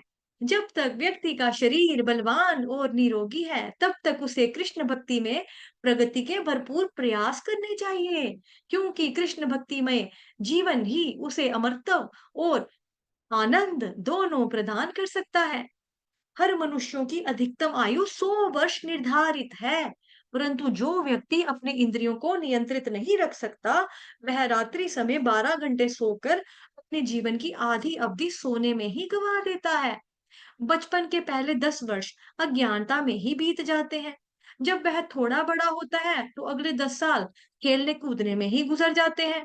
वृद्धावस्था में शरीर जर्जर हो जाने की वजह से अंतिम 20 वर्षों में कठिनाई से वो खुद की देखभाल कर पाता है और फिर अन्य कुछ ना कर पाने का प्रश्न ही नहीं उठता। जिस व्यक्ति का मन और इंद्रियां अनियंत्रित रहती हैं, वह दिन प्रतिदिन अपने पारिवारिक जीवन से आसक्त होता जाता है। अतृप्त काम वासना और चित्त में गहरे बैठे अज्ञान के कारण वह अपने जीवन के शेष समय का भी दुरुपयोग करता है और भगवान की भक्ति नहीं करता।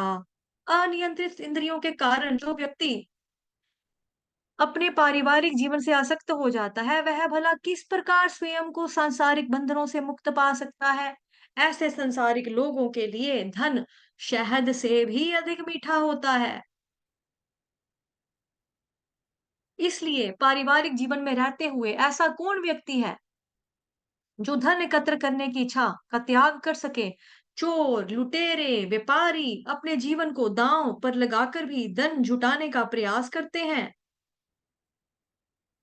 अपने परिजनों से अत्यधिक आसक्त व्यक्ति सदैव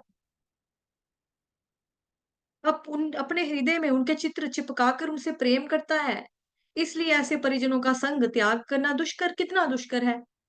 पत्नी अपने पति को स्नेह करती है, एकांत स्थान में उसकी काम इच्छाओं की पूर्ति करती है। कुछ समय में उनके बच्चों का जन्म होता है।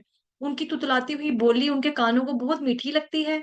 इतना ही नहीं, इसके अतिरिक्त वह व्यक्ति अपने माता-पिता, घर की साज सामग्री, सेवकों, पशुओं जैसी अन्य वस्तुओं से भी आसक्त रहता है।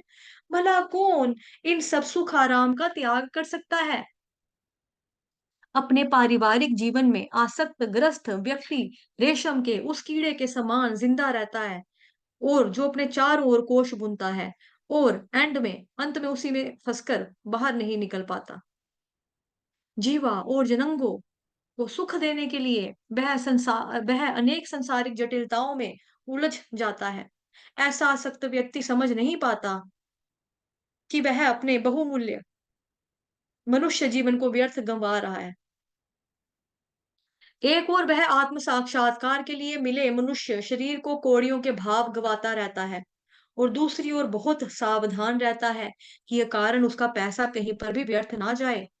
मेरे प्रिय मित्रों, भगवत विज्ञान से विहीन लोग इंद्रिय भोग विलास से बहुत अधिक आसक्त रहते हैं और इसलिए वे सुंदर स्त्रियों के हाथों में कठपुतली बन जाते हैं।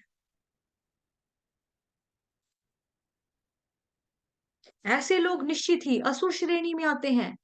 जीवन को ऐसे तुच्छ उद्देश्यों को के लिए गवाते हुए वे अपने घर और स्वजनों से घिरे रहते हैं और अपने हाथों से स्वयं को भौतिक जीवन की बेड़ियों में जकड़ देते हैं। मित्रों, यद्यपि तुम सब असुरों के पुत्र हो, परंतु तुम्हें उनसे दूर रहकर भगवान नारायण का आश्रय लेना चाहिए। एकमात्र भगवान नारायण ही हमें भौतिक जीवन से मुक्ति प्रदान कर सकते हैं। वे परमात्मा हैं और समस्त प्राणियों के पिता हैं। चूंकि सृष्टि के प्रत्येक प्राणी का भगवान नारायण के साथ प्रत्यक्ष सनातन संबंध है, इसलिए भक्ति द्वारा उन्हें प्रसन्न करना अत्यंत ही सहज सरल मार्ग है। मेरे मित्रों, कृपया वही कार्य करो जिससे भगवान नारायण तुमसे प्रसन्न हो। अपनी आसुरी प्रवृत्तियों को त्याग दो और शत्रुता अथवा द्वंद्व रहित होकर व्यवहार करो।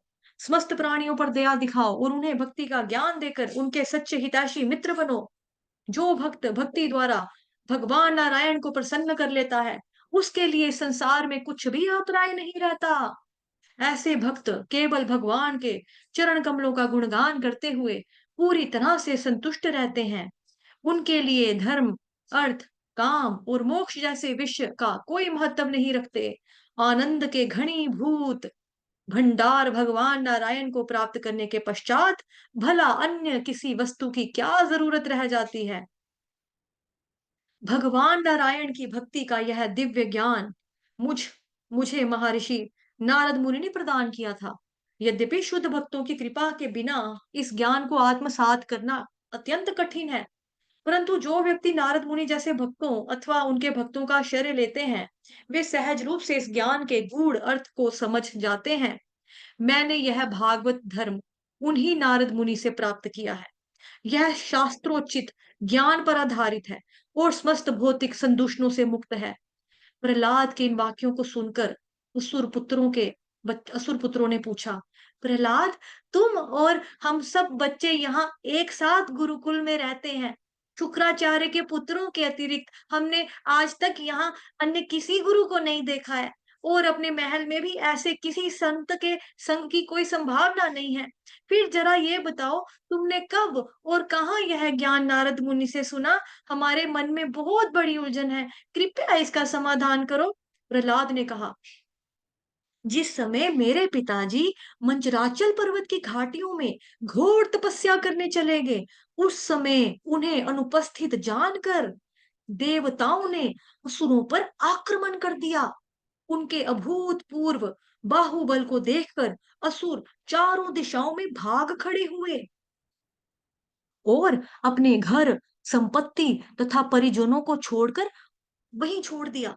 और विजयी देवताओं ने हिरण्यकशिपु के महल को लूट लिया।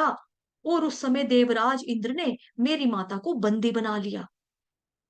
जब वे उस अबला को ले जा रहे थे, तो वो उसी प्रकार रो रही थी जिस प्रकार बाज द्वारा बंदी किए जाने पर एक कुरारी पक्षी रोता है। उसी समय वहां श्री नारद मुनि प्रकट हुए। उन्होंने आदेश देते हुए इंद्र से कहा, हे देवराज इंद्र, यह स्त्री निष्पापिनी है। इतनी क्रूरतावश इसे घटी घसीट कर मत ले जाओ। यह सती स्त्री किसी अन्य की पत्नी है और इसलिए तुरंत इसे अपने बंधनों से मुक्त कर दो। नारद मुनि के वचनों को सुनकर इंद्र बोले, हे देव ऋषि, महान असुर हिरण्यकशिपु का बीज इस स्त्री के गर्भ में पल रहा है। जब तक वह शिशु जन्म नहीं लेता, तब तक हम इसे अपने पास बंदी बनाकर रखेंगे। नारद मुनि ने कहा, इसके गर्भ में पल रही संतान पाप रहित है। वह बालक भगवान नारायण का एक महान भक्त है, इसलिए तुम चाहकर भी इसका वध नहीं कर सकोगे। प्रहलाद ने अपने मित्रों से कहना जारी रखा। इंद्रदेव ने श्री नारद मुनि के वचनों का सम्मान करते हुए तुरंत मेरी माता को छोड़ दिया। मुझे भगवान का भक्त मानते हुए सब देवताओं ने मेरी माता की परिक्रमा की और अपने स्वर्ग लोकों को लौट गए। तत्पश्चात श्री नारद मुनि मेरी माँ को अपने आश्रम में ले आए और उसे पूरी सुरक्षा का आश्वासन देते हुए उन्होंने कहा, बेटी, जब तक तुम्हारे पति नहीं लौटते, तब तक तुम यहाँ आराम से रहो। उस समय मेरी माँ ने नारद मुनि से वरदान मांगा कि मैं उस समय तक उनके गर्भ में रहूं जब तक मेरे पिता तपस्या करके नहीं लौट आते।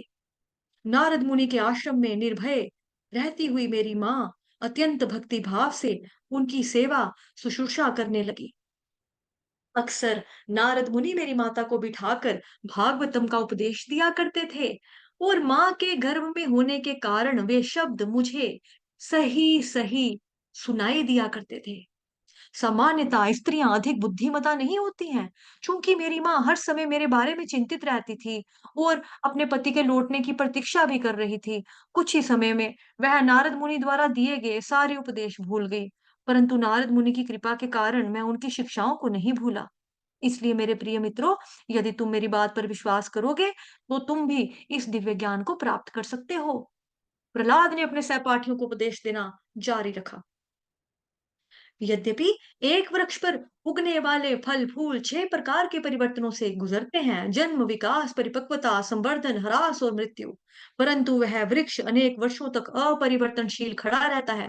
इसी प्रकार जीवात्मा द्वारा प्राप्त शरीर, भौतिक शरीर विभिन्न परिस्थितियों में विभिन्न परिवर्तनों से गुजरता है, परंतु आत्मा में ये परिवर्तन नहीं होते। चूंकि आत्मा और परमात्मा दोनों चिन्मय, सनातन, अपरिवर्तनशील तथा आध्यात्मिक है। बुद्धिमान व्यक्ति मोह और अज्ञानता का त्याग कर सकता है। इस मोह के कारण सामान्य व्यक्ति सोचता है, मैं यह शरीर हूँ और इस शरीर से संबंधित प्रत्येक वस्तु मेरी है। जिस प्रकार एक दक्ष भूवैज्ञानिक पत्थरों के बीच सोने को पहचान लेता है, उसी प्रकार उन्नत अध्यात्मवादी जानता है कि किस प्रकार अस्थाई शरीर के भीतर स्थायी आत्मा है। इस ज्ञान के आधार पर वह स्वयं को संसारिक बंधनों से मुक्त कर लेता है। चूंकि आत्मा 5 स्थूल तत्वों, 3 सूक्ष्म तत्वों, प्रकृति के तीनों गुणों, 11 इंद्रियों के मध्य स्थित रहती है, महान आचार्यों के मत अनुसार वे इन तत्वों के बंधन में बंध जाती है। नेति नेति यह नहीं है कि पद्धति द्वारा व्यक्ति को चाहिए कि वह अपनी आत्मा को इन सब स्थूल और सूक्ष्म आवरणों से मुक्त करे। आत्मा को जड़ पदार्थ से विमुक्त करने की अनेक विधियों में वह विधि सर्वश्रेष्ठ है, जिसकी संस्तुति स्वयं श्री भगवान करते हैं। इस विधि का अनुगमन करने के लिए हमें सर्वप्रथम एक अधिकृत गुरु का आश्रय लेना चाहिए और तत्पश्चात अत्यंत भक्तिभाव तथा श्रद्धा पूर्वक उनकी सेवा करनी होगी। शिष्य को अपना सर्वस्व गुरु को समर्पित कर देना चाहिए और भगवत भक्तों के संग में उसे भगवान का भजन, उनकी महिमाओं का कीर्तन, श्रवण, उनके चरण कमलों का ध्यान, चिंतन और शास्त्रों के नियमानुसार उनके अर्च विग्रह की पूजा अर्चना करनी चाहिए। इन कार्यों को करने से व्यक्ति काम, क्रोध, लोभ, मोह, मद और द्वेष जैसे अपने शत्रुओं के दुष्प्रभावों को काट डालता है और पूर्ण पुरुषोत्तम भगवान के चरण कमलों के प्रति प्रेम एवं भक्ति प्राप्त करता है। वह इसी जीवन में रहते हुए मुक्ति का अनुभव करता है। भगवान की महिमाओं का स्मरण तथा श्रवण करने मात्र से ही उसके शरीर में पुलक होने लगता है। आंखों से अविरल अश्रुधारा प्रवाहित होने लगती है और वाणी कांपने लगती है। कई बार वह अपने चारों ओर के परिवेश की परवाह किए बिना नाचने लगता है और कभी गाता है, कभी जोर-जोर से रोने लगता है। वह सामाजिक शिष्टाचार एवं रीतियों को भूल जाता है और पागलों के समान कीर्तन नृत्य करते हुए ऐसा प्रतीत होता है, उसे मानो किसी भूत ने ग्रस लिया है। निरंतर भगवान शिव की लीलाओं का स्मरण करने के कारण शुद्ध भक्त का मन और शरीर दोनों आध्यात्मिक आध्यात्मिकृत हो जाते हैं। अपनी मूल अवस्था में स्थित होने के पश्चात भक्त के मन और शरीर पुनः भौतिक धरातल पर कार्य नहीं करते। उनके हृदय में व्याप्त तीव्र भक्ति भावना उनके चित्त में समस्त प्रकार की भौतिक भोगों की इच्छाओं को भस्मीभूत कर देती है और इस परम उन्नत अवस्था में भगवान श्री हरि के चरण कमलों का वह आश्चर्य प्राप्त करता है। इसलिए मेरे प्रिय मित्रों, बिना समय गवाए भगवान पर ध्यान करो, उनका चिंतन करो, उनकी पूजा करो। वे सबके हृदय में विराजमान हैं। वे भगवान सृष्टि की समस्त जीवात्माओं के परम हितैषी मित्र हैं और इसलिए उनकी पूजा में कोई भी विघ्न नहीं आ सकता है।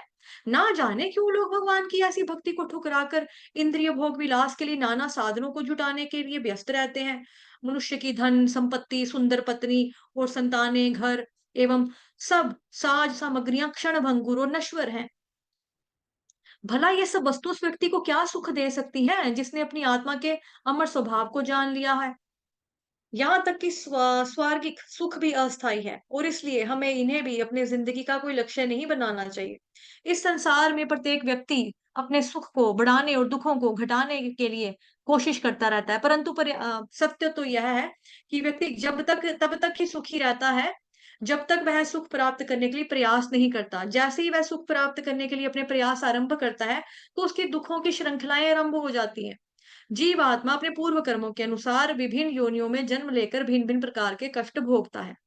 इसलिए ज़रा सोच विचार कर मेरे को बताओ कि इन सांसारिक कार्यों में फँसकर जीवात्मा को भला क्या लाभ होने वाला है? मित्रों, भगवान श्री हरि समस्त आत्माओं की आत्मा है और प्रत्येक जीव उनकी संतान, उनकी सनातन अंश है। इसलिए वे हमारे सर्वप्रिय व्यक्ति हैं। और हमें महान भक्तों के चरण चिन्हों का अनुगमन करते हुए बिना किसी भौतिक इच्छा से उनका भजन करना चाहिए। भगवान की भक्ति चाहे कोई व्यक्ति क्यों ना करे, देवता, असुर, मनुष्य, यक्ष, राक्षस, गंधर्व अथवा अन्य कोई भी हमारे समान तुरंत जीवन में सर्व मंगल प्राप्त करता है। हम ब्राह्मणों के गुण विकसित करके भगवान को प्रसन्न नहीं कर सकते और ना ही विद्वता, सद्व्यवहार अथवा तपस्या, यज्ञ, दान आदि से उन्हें प्रसन्न कर सकते हैं।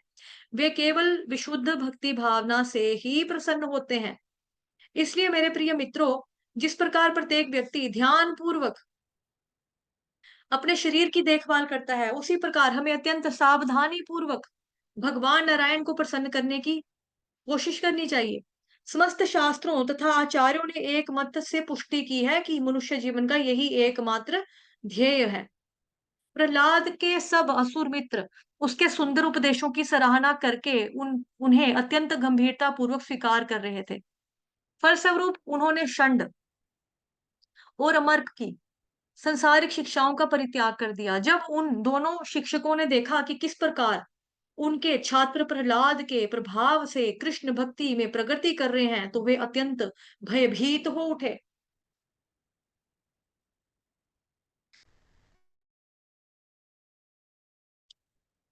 उसे हिरण्यकशिपु के सम्मुख लाकर उन्होंने सारा वृत्तांत कह सुनाया। पूरी स्थिति पर विचार करते हुए हिरण्यकशिपु इतना विक्षुब्ध हो उठा कि उसकी विशालकाय देह कंपायमान होने लगी। स्वभाव से अत्यंत क्रूर हिरण्यकशिपु ने स्वयं को अपमानित महसूस किया। पैरों तले कुचले हुए सांप की भांति फुफकारते हुए उसने स्वयं अपने हाथों से अपने पुत्र प्रहलाद का वध करने का निश्चय किया। स्वभाव से शांत, सौम्य तथा आज्ञाकारी प्रहलाद अपने पिता के सम्मुख हाथ जोड़े खड़ा था, परंतु उस असुर पर उसका कोई भी प्रभाव नहीं पड़ा। हिरण्यकशिपु कठोर वाणी में प्रहलाद पर तर्जने गर्जने लगा, हमारे वंश को कलंकित करने वाले, अरे दुष्ट, तूने मेरी सत्ता को चुनौती देने का दुस्साहस किया। जरा ठहर, मैं तुझे अभी यमलोक भेज देता हूँ। जब मेरी बोहें तनती हैं तो तीनों लोक और उनके लोकपाल थर थर कांपने लगते हैं। अरे मूर्ख, तू है कौन? वह कौन है जिसने जिसके बल पर तू मेरे सामने इतना निर्भय होकर खड़ा है? क्या तुझे मेरा जरा सा भी डर नहीं है? प्रहलाद महाराज ने उत्तर दिया, पिताजी, जहां से आपको शक्ति प्राप्त होती है, मुझे भी तो वहीं से शक्ति प्राप्त होती है। वस्तुतः इस सृष्टि में शक्ति का स्रोत केवल एक ही है और उनके बिना प्रत्येक वस्तु और व्यक्ति शक्तिहीन है। ब्रह्मा जी सहित इस ब्रह्मांड में प्रत्येक व्यक्ति भगवान के वश में है, क्योंकि यह वह भगवान वही है जो काल को नियंत्रित करते हैं और जो मन और इंद्रियों में शक्ति का संचार करते हैं।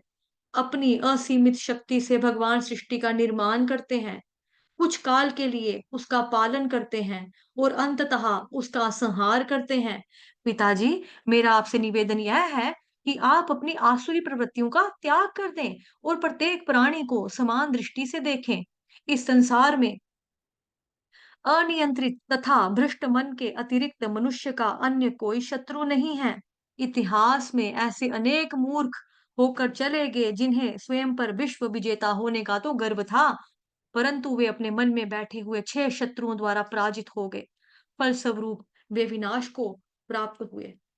हिरण्यकशिपु बोलने लगा, अरे भ्रष्ट बुद्धि, तू मुझे ज्ञान दे रहा है? हं, मानो तूने मुझसे अधिक अपनी इंद्रियों पर नियंत्रण करके रखा हुआ हो। मैं समझ गया हूं, आज तूने मेरे हाथों मृत्यु प्राप्त करने की ठान ली है। तेरी जैसी बहकी बहकी बातें केवल वो लोग करते हैं जिनकी मृत्यु निकट आई हुई होती है। अरे दुर्भाग्य प्रहलाद, तू हर समय कहता है कि मुझसे ऊपर कोई भगवान है जो प्रत्येक व्यक्ति का नियंता और सर्वव्यापी है। कहाँ है वह अभी? बता मुझे। यदि वह हर वस्तु में विद्यमान है, तो फिर वह मेरे सामने इस खंबे में क्यों नहीं है? आज ही मैं तेरा सर काट कर तेरे मुंह से निकलने वाली ये सारी व्यर्थ की बातों को बंद कर दूंगा। देखता हूं तेरे भगवान कहाँ हैं और कैसे तेरी रक्षा करने के लिए आते हैं। प्रचंड क्रोधावेश में हिरण्यकशिपु प्रहलाद को मारने की धमकी दे रहा था, परंतु प्रहलाद अपने सम्मुख उस खंबे में प्रत्यक्ष भगवान के दर्शन कर रहा था और भगवान उसे अपने क्रूर पिता के सामने निर्भीक बने रहने के लिए प्रोत्साहित कर रहे थे। हिरण्यकशिपु ने देखा कि प्रहलाद एकटक उस खंबे को ही देख रहा था और इसलिए उसने उस खंबे की ओर उंगली करके चुनौती दी थी। सामान्यतः असुर भगवान के अस्तित्व में विश्वास नहीं करते। एक कट्टर असुर होने के नाते हिरण्यकशिपु को विश्वास था कि ऐसा कोई भगवान नहीं है जो आज उसके हाथों प्रहलाद की रक्षा करेगा। क्रोध में तमतमाते हुए हिरण्यकशिपु ने अपनी तलवार उठाई और बारंबार उच्च स्वर में प्रहलाद को डांटने फटकारने लगा। अपने सिंहासन से उठकर हिरण्यकशिपु ने अपनी पूरी शक्ति से उस खंबे पर मुट्ठी से प्रहार किया। एक चमत्कार हो गया। उस खंडित खंबे से एक अत्यंत भयावह तथा बादलों की गड़गड़ाहट जैसी तुमुल ध्वनि प्रसारित हुई। प्रतीत हुआ मानो उसने ब्रह्मलोक को पार करके इस ब्रह्मांड के आवरण को भेद दिया हो। जब देवताओं ने हृदय विदीर्ण करने वाली उस अभूतपूर्व ध्वनि को सुना, तो उन्हें लगा कि उनके स्वर्गलोक का विनाश निकट आ गया है।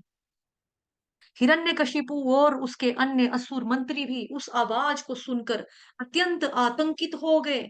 यद्यपि उन्हें उस आवाज का स्रोत दिखाई नहीं पड़ रहा था, वे इतना समझ गए कि अवश्य वह ध्वनि इस सृष्टि के सर्वशक्तिमान श्री भगवान की है। तब अपने प्रिय भक्त प्रहलाद के वचनों को पूरा करने के लिए भगवान एक ऐसा अद्भुत रूप लेकर प्रकट हुए जिसे आज तक किसी ने ना तो देखा था ना ही सुना था। भयभीत हो हिरण्यकशिपु चारों ओर उस आवाज का स्रोत खोजने का प्रयास कर रहा था कि भगवान उस खंडित खंबे के भीतर से प्रकट हो गए। विस्मय से स्तब्ध खड़ा हिरण्यकशिपु भगवान नरसिंह देव के उस अद्भुत रूप का मुआयना करते हुए सोचने लगा, ये कैसा प्राणी है? आधा मनुष्य, आधा सिंह। क्रोधवश भगवान के नेत्रों से अग्नि बरस रही थी, जिससे उनका रूप अत्यधिक भयावह दिखाई दे रहा था। उनकी गर्दन के सुनहरे बाल चारों ओर अपनी आभा बिखरा रहे थे। उनके दांत साक्षात विनाश प्रतीत हो रहे थे और उनकी तीक्ष्ण नुकीली जीभ दो मुखी तलवार की भांति इधर उधर हिल रही थी। भगवान के कान बिना हिले डुले सीधे तने थे और उनके नथुने एवं खुला हुआ मुख किसी पर्वत की गुफा की भांति प्रतीत हो रहा था। उनकी गर्दन छोटी थी और मोटी थी, छाती चौड़ी, पतली कमर और विशालकाय शरीर आकाश को छू रहा था। हिरण्यकशिपु ने कसकर अपनी गदा उठाई और स्वयं ही बुदबुदाने लगा, भगवान विष्णु ने अपनी माया शक्ति से मेरे वध की यह योजना बनाई है, परंतु इस संसार में भला कौन है जो मेरे सामने खड़ा रह सकता है। इस तरह से वो मन मन में अपने अपने लिए बोल रहा, ठीक है। जिस प्रकार एक छोटा सा पतंगा अग्नि की ओर दौड़ता है और उसकी लपटों में विलीन हो जाता है, उसी प्रकार हिरण्यकशिपु ने देदीप्यमान भगवान की ओर छलांग लगाते हुए आक्रमण किया। शीघ्र ही वह भी लुप्त होने वाला था। हिरण्यकशिपु अपनी गदा से भगवान पर निरंतर प्रहार करने लगा, परंतु भगवान ने उसे उसी प्रकार दबोच लिया जिस प्रकार गरुड़ किसी विशाल सर्प को दबोच लेता है। जिस प्रकार कई बार अपने शरीर शिकार को मारने से पहले गरुड़ उसके साथ खेलता है, फिर अपने मुंह से फिसलने का अवसर देता है, भगवान नरसिंह देव ने अपनी पकड़ ढीली करके हिरण्यकशिपु को अपनी मुट्ठी से निकलने का अवसर दिया। हिरण्यकशिपु के भय से देवता बादलों के पीछे छिपकर इस युद्ध को देख रहे थे। जब उन्होंने देखा कि हिरण्यकशिपु भगवान की पकड़ से छूट गया, तो वे अत्यंत व्याकुल हो उठे। उन्हें भय होने लगा, यदि इस युद्ध में हिरण्यकशिपु विजय रहा तो बाद में युद्ध का तमाशा देख रहे एक एक देवता को वो दंडित करेगा। भगवान नरसिंह देव की मुट्ठी से निकलने के बाद हिरण्यकशिपु को अपने ऊपर गर्व होने लगा कि भगवान उसकी शक्ति से भयभीत हो रहे हैं और वह अपनी शक्ति के बल पर उनकी पकड़ से ही मुक्त हुआ है। एक क्षण ठहर कर हिरण्यकशिपु ने अपनी तलवार और ढाल उठा ली और दुगने उत्साह के साथ उसने भगवान पर फिर से आक्रमण किया। हिरण्यकशिपु कभी आकाश में तो कभी पृथ्वी पर तेजी से घूमते हुए अपनी तलवार घुमा रहा था और ढाल द्वारा अपनी रक्षा कर रहा था, परंतु भगवान नरसिंह देव की उच्च स्वरीय अट्टहास होने के कारण भयवश उसकी आंखें बंद थी। और तब जिस प्रकार एक सांप चूहे को झपट कर पकड़ता है, भगवान नरसिंह देव ने पुनः उसे एक बार फिर से हिरण्यकशिपु को मजबूती से पकड़ लिया। भगवान की मजबूत पकड़ में बंधा हिरण्यकशिपु छूट निकलने के लिए चारों ओर अपने हाथ पैर पटकने लगा, परंतु भगवान अब यह खेल और नहीं खेलना चाहते थे। हिरण्यकशिपु को उठाकर वे राजमहल की दहलीज तक ले गए और अपनी जंघाओं पर रखा और अपने नाखूनों से उसकी कठोर छाती को उसी प्रकार विदीर्ण कर दिया जिस प्रकार व्यक्ति किसी कीड़े को पीस डालता है। हिरण्यकशिपु के रक्त की बूंदें भगवान के चेहरे पर उनकी आयल पर आ गिरी। क्रोध उगलते हुए उनके नेत्र इतने भयावह थे कि किसी के अंदर उनकी ओर देखने का साहस नहीं हो रहा था। अपनी जीवा से अपने मुख को चाटते हुए भगवान नरसिंह ने अपने नाखूनों से हिरण्यकशिपु के पेट को चीर डाला, उसकी आंतों को बाहर खींचा और उनकी माला बनाकर अपने गले में पहन ली। उनका यह रूप अत्यंत अलौकिक और सुंदर प्रतीत हो रहा था। तब भगवान ने हिरण्यकशिपु के हृदय को उसके मृत शरीर से उखाड़ा और उसे एक ओर फेंक दिया। वे अब उन असुरों को वीर गति प्रदान करना चाहते थे जो अपने अस्त्र शस्त्रों को उठाए हुए उनकी तरफ दौड़ कर आ रहे थे। भगवान नरसिंह ने अपने अनेक हाथों से सहजता पूर्वक हिरण्यकशिपु को उन समर्पित सैनिकों को मौत के घाट उतार दिया। और जब उन्होंने देखा कि उनका विरोध करने वाला अब कोई भी नहीं बचा, वे राजसभा में हिरण्यकशिपु के राज सिंहासन पर जा बैठे। भगवान नरसिंह देव के सिर के बालों के हिलने से आकाश में स्थित बादल तितर बितर हो रहे थे और उनकी चमकती नेत्रों की कांति के सामने अन्य आकाश पुंज फीके पड़ रहे थे। भगवान की तीव्र श्वास गति से समुद्रों में ऊंची तरंगे उठने लगी और उनकी उच्च अट्टहास से विश्व भर के हाथी भयभीत होकर चिंघाड़ने लगे। भगवान नरसिंह के सिर के बालों के सिर के बालों ने विमानों को ऊपर अंतरिक्ष में फेंक दिया और ऐसा प्रतीत हुआ जैसा मानो उनके चरणों के दबाव से पृथ्वी अपने स्थान से खिसक गई हो और पूरी तथा भूमि की सतह पर पर्वत तथा पहाड़ियां ऊपर उठाई हो। हिरण्यकशिपु को ब्रह्मा जी से वरदान मिला था कि ना तो उसकी मृत्यु भूमि पर होगी, ना आकाश में। इस वरदान को बनाए रखने के लिए भगवान नरसिंह ने हिरण्यकशिपु को अपनी गोद में रखा। हिरण्यकशिपु को वरदान मिला था उसकी मृत्यु ना दिन में होगी ना रात में, इसलिए भगवान ने उसका वध संध्या समय में किया। हिरण्यकशिपु को वरदान था ना उसकी मृत्यु किसी अस्त्र शस्त्र से होगी, ना कोई जीवित या मृत वस्तु उसका वध कर सकेगी। इस वरदान का मान रखते हुए भगवान नरसिंह देव ने उसका वध अपने नाखूनों से किया। नाखून ना तो अस्त्र शस्त्र माने जाते हैं, ना ही किसी जीवित अथवा मृत के किसी वर्ग में आते हैं, क्योंकि ठीक है। इस प्रकार भगवान नरसिंह ने ब्रह्मा जी के सारे वरदानों को बनाए रखा और अत्यंत सहजता से इस महान असुर का वध कर दिया। हिरण्यकशिपु तीनों लोकों के लिए एक नासूर बन के रखा बना हुआ था। इसलिए जब देवताओं की पत्नियों ने देखा कि भगवान नरसिंह ने उनका वध कर दिया, उनके चेहरे उल्लास से खिल उठे। वे बारंबार भगवान पर फूलों की बरसात करने लगी, वर्षा करने लगी फूलों की, और उनके पति अपने विमानों में बैठकर दिव्य नगाड़े और ढोल बजाने लगे। अप्सराएं हर्षित होकर नृत्य करने लगी, गंधर्व मंडली मधुर स्वर में गीत गाने लगी। भगवान की स्तुति एवं उनके प्रति आभार व्यक्त करने के लिए ब्रह्मा जी, शिव जी, देवराज इंद्र और अन्य प्रमुख देवता भगवान के सम्मुख आने लगे। अनेक वर्षों पश्चात आज देवता हिरण्यकशिपु के भय से मुक्त हुए थे और उन्होंने राहत की सांस ली थी। हिरण्यकशिपु की मृत्यु उनके लिए वरदान बन गई, क्योंकि इससे उन्हें अपने लोक राज्य, प्रजा तथा ऐश्वर्य पुनः प्राप्त हो गया था। असुरों के राजा हिरण्यकशिपु का वध करने के लिए वे सब मिलकर भगवान को धन्यवाद देने लगे, परंतु भगवान नरसिंह का मुख अभी भी इतना भयानक दिख रहा था कि ब्रह्मा जी और शिव जी जैसे महान देवता भी सीधा उनके सामने आने से डर रहे थे। भगवान अपने भक्त की निंदा, उनके प्रति अपराध और प्रताड़नाओं को सहन नहीं कर सकते। इसलिए इतनी स्तुति और प्रार्थनाएं सुनने के पश्चात भी वे शांत नहीं हो रहे थे। उस समय देवताओं ने श्रीमती लक्ष्मी देवी से निवेदन किया कि वे भगवान की नित्य सहचरी हैं और यदि वे चाहें तो भगवान को शांत कर सकती हैं। परंतु लक्ष्मी देवी ने भी इससे पहले भगवान जी के इस तरह के रौद्र रूप को नहीं देखा था। उन्हें भी भगवान जी के सामने और निकट आने में भय लग रहा था। अन्य कोई चारा ना देखकर ब्रह्मा जी ने अपने निकट बालक प्रहलाद से कहा, पुत्र, भगवान नरसिंह देव तुम्हारे पिता पर अत्यंत क्रुद्ध थे, इसलिए अब तुम ही उन्हें शांत कर सकते हो, कृपया आगे बढ़ो। यद्यपि उस समय प्रहलाद छोटी अवस्था के थे, उन्होंने ब्रह्मा जी के आदेश को स्वीकार किया और हाथ जोड़कर धीरे धीरे भगवान नरसिंह की ओर बढ़ने लगे। जब भगवान नरसिंह ने देखा कि प्रहलाद उनके चरण कमलों में गिरकर उन्हें प्रणाम कर रहा है, तो उनका हृदय उसके प्रति स्नेह से आप्लावित हो उठा। उन्होंने प्रहलाद को उठाया और उसके सिर पर अपना हस्त कमल रखते हुए उसे अभय प्रदान किया।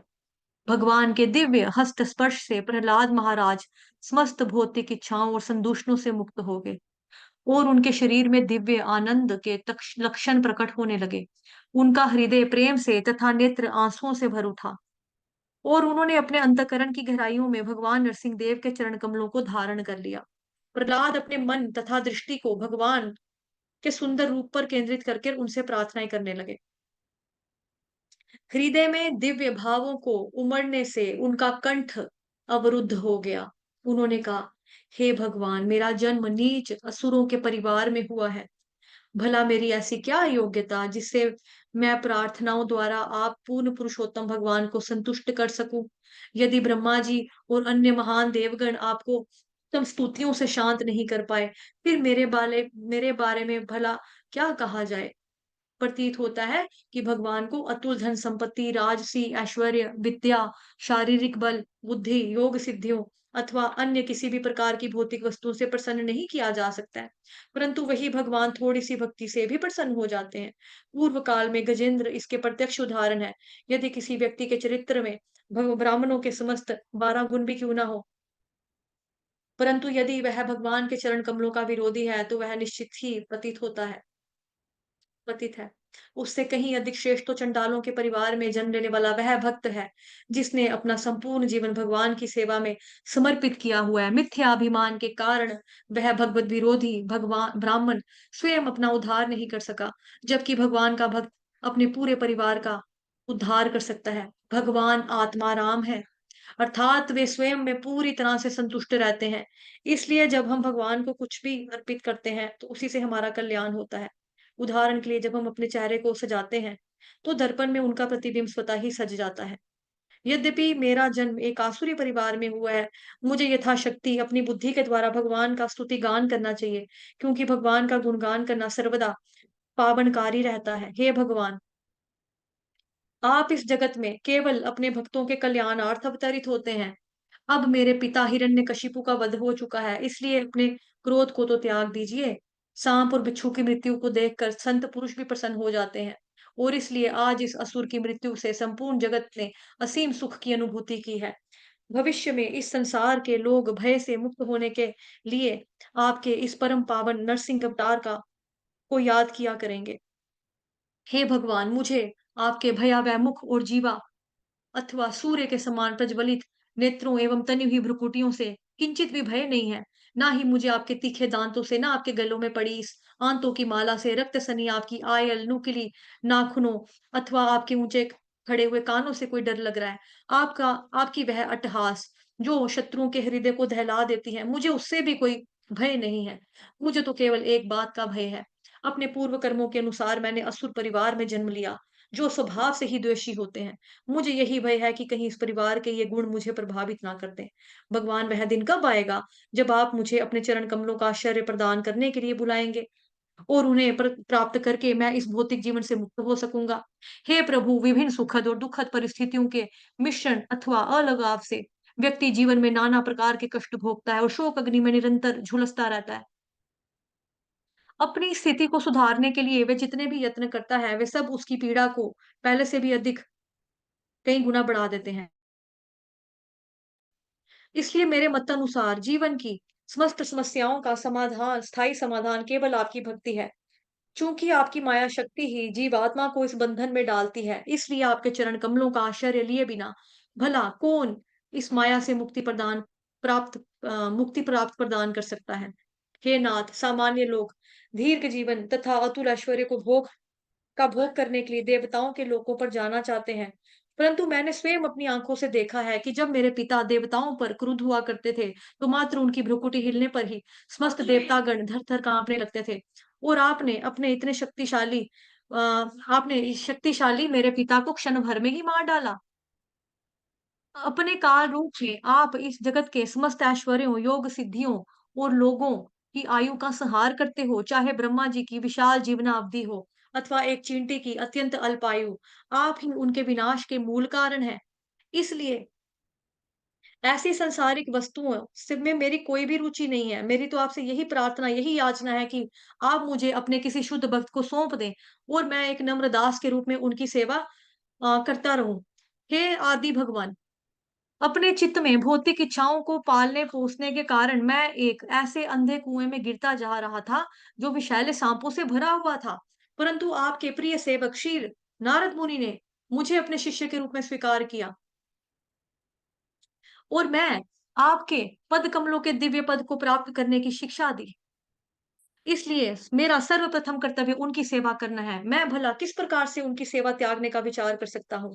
हे पुरुष श्रेष्ठ, मुझे इस भौतिक संसार से बिल्कुल भी भय नहीं है, क्योंकि मेरा चित्त सदैव आपकी लीलाओं तथा महिमाओं के दिव्य अमृत के पान में निमग्न रहता है। मुझे तो केवल इन मूर्खों की चिंता है, जो अपने परिवार, समाज और राष्ट्र का पालन करके सुख प्राप्त करने की बड़ी-बड़ी योजनाएं बनाते रहते हैं। मैंने ऐसे अनेक संतों और मुनियों को देखा है, जो केवल अपनी मुक्ति के लिए प्रयास करते हैं। वे हिमालय अथवा अन्य जंगलों में एकांतवास निवास करते हुए मौन जैसे विभिन्न व्रतों का पालन करते हैं। ऐसे लोग जनसामान्य के उद्धार की चिंता नहीं करते, परंतु मैं इस संसार में भटक रहे इन दीनहीनों और मूर्खों को छोड़कर अकेला ही मुक्त नहीं होना चाहता हूँ। मैं जानता हूँ कि कृष्ण भक्ति को स्वीकार किए बिना कोई भी व्यक्ति सुखी नहीं हो सकता है। और इसलिए मेरी यही कामना है कि मैं इन सब बद्ध जीवों की आपके चरण कमलों तक पहुँचने में सहायता कर सकूँ। प्रहलाद महाराज की प्रार्थनाएँ सुनकर भगवान नरसिंह देव शांत हो गए और उन्होंने अपना क्रोध त्याग दिया। अत्यंत स्नेह भरी और दया भरी वाणी में भगवान ने प्रहलाद से कहा, हे असुर वंश के शिरोमणि, तुम्हारा सर्व प्रकार से मंगल हो। मैं चूंकि तुमसे अत्यंत प्रसन्न हूँ और समस्त जीवों की इच्छाएं पूरी करना मेरी लीला है, मैं तुमसे निवेदन करता हूँ कि तुम्हारे मन में जो कोई भी इच्छा हो निसंकोच मांग लो और मुझे प्रसन्न किए बिना व्यक्ति ना तो मेरी सराहना कर सकता है और ना ही मुझे समझ सकता है। और जिसने मुझे संतुष्ट कर लिया है, उसके लिए जीवन में शोक करने के लिए कुछ भी शेष नहीं बचता। इसलिए बुद्धिमान लोग अपने प्रत्येक कार्य, विचार एवं शब्द द्वारा मुझे प्रसन्न करने का प्रयास करते हैं, क्योंकि केवल मैं ही प्रत्येक जीव की इच्छा पूरी करने में सक्षम हूँ। प्रहलाद महाराज भगवान के शुद्ध भक्त थे, इसलिए भगवान नरसिंह देव द्वारा इस प्रकार प्रलोभन दिए जाने पर भी उन्होंने कुछ नहीं मांगा। वे जानते थे कि भौतिक ऐश्वर्य भक्ति भगवान की भक्ति में बाधा है। मंद मंद मुस्कुराते हुए प्रहलाद ने उत्तर दिया, हे प्रभु, आसुरी परिवार में जन्म लेने के कारण मेरे हृदय में भौतिक भोग विलास के प्रति सहज झुकाव है। इसलिए कृपया मुझे इन मायावी प्रलोभनों से ना रिझाएं। मैं सांसारिक जीवन से अत्यंत भयभीत हूँ और इससे मुक्त होने की आकांक्षा में मैंने आपके चरण कमलों का आश्रय लिया है। इस संपूर्ण जगत के प्रत्येक प्राणी के हृदय में काम वासनाओं का बीज है और मेरा अनुमान है कि आपने मुझे इस संसार में शुद्ध भक्त के लक्षणों का आदर्श स्थापित करने के लिए भेजा है। अन्यथा हे भगवान, आप अपने भक्त पर इतने दयालु रहते हैं कि वह कभी भी आप उसे वो वस्तु नहीं देना चाहते हैं जो उसके हित में ना हो। हे नाथ, जो व्यक्ति आपकी भक्ति के बदले भौतिक सुख और ऐश्वर्य चाहता है, वह शुद्ध भक्त नहीं है। वस्तुतः वह तो उस व्यापारी के समान है जो लाभ, धन, संपत्ति तथा भोग की इच्छा से कार्य करता है। स्वामी से लाभ की इच्छा रखने वाला सेवक सही मायने में योग्य सेवक नहीं है। इसी प्रकार वह स्वामी जो केवल अपनी प्रतिष्ठा को बनाए रखने के लिए अपने सेवक को भोग विलास की वस्तुएं देता है, वह योग्य स्वामी नहीं है। हे भगवान, मेरा जीवन तो केवल आपकी अहेतु की सेवा करने के निमित्त है। आप मेरे सनातन स्वामी हैं। हम दोनों के बीच यही एक सहज संबंध है। यदि आप मुझे कोई वरदान देना ही चाहते हैं, तो मेरा यही निवेदन है कि कभी भी मेरे हृदय में कोई भी भौतिक इच्छा प्रवेश ना कर पाए। हे नरसिंह देव, मैं आपके चरण कमलों पर प्रणाम करता हूँ। यह सुनकर भगवान नरसिंह देव ने प्रहलाद से कहा, प्रहलाद, तुम्हारे जैसा शुद्ध भक्त ना तो इस जीवन में और ना ही अगले जीवन में किसी भी प्रकार की भौतिक ऐश्वर्य की कामना करता है। परंतु यह मेरी आज्ञा है कि तुम वर्तमान मनवंतर के अंत तक असुरों के राजा बनकर उनके ऐश्वर्यों का भोग करो। तुम सदैव अपने अंतकरण में मेरा चिंतन करते हुए मेरी भक्ति में रत रहो और फिर संसार की कोई भी बाधा तुम्हें स्पर्श नहीं कर पाएगी। इस संसार में रहते हुए तुम सुख भोग करके अपने पुण्य कर्मों को क्षीण करोगे और पुण्य कर्म करके अपने पाप कर्मों को क्षीण करोगे। अंततः यह शरीर त्यागने के पश्चात तुम मेरे धाम को लौट आओगे।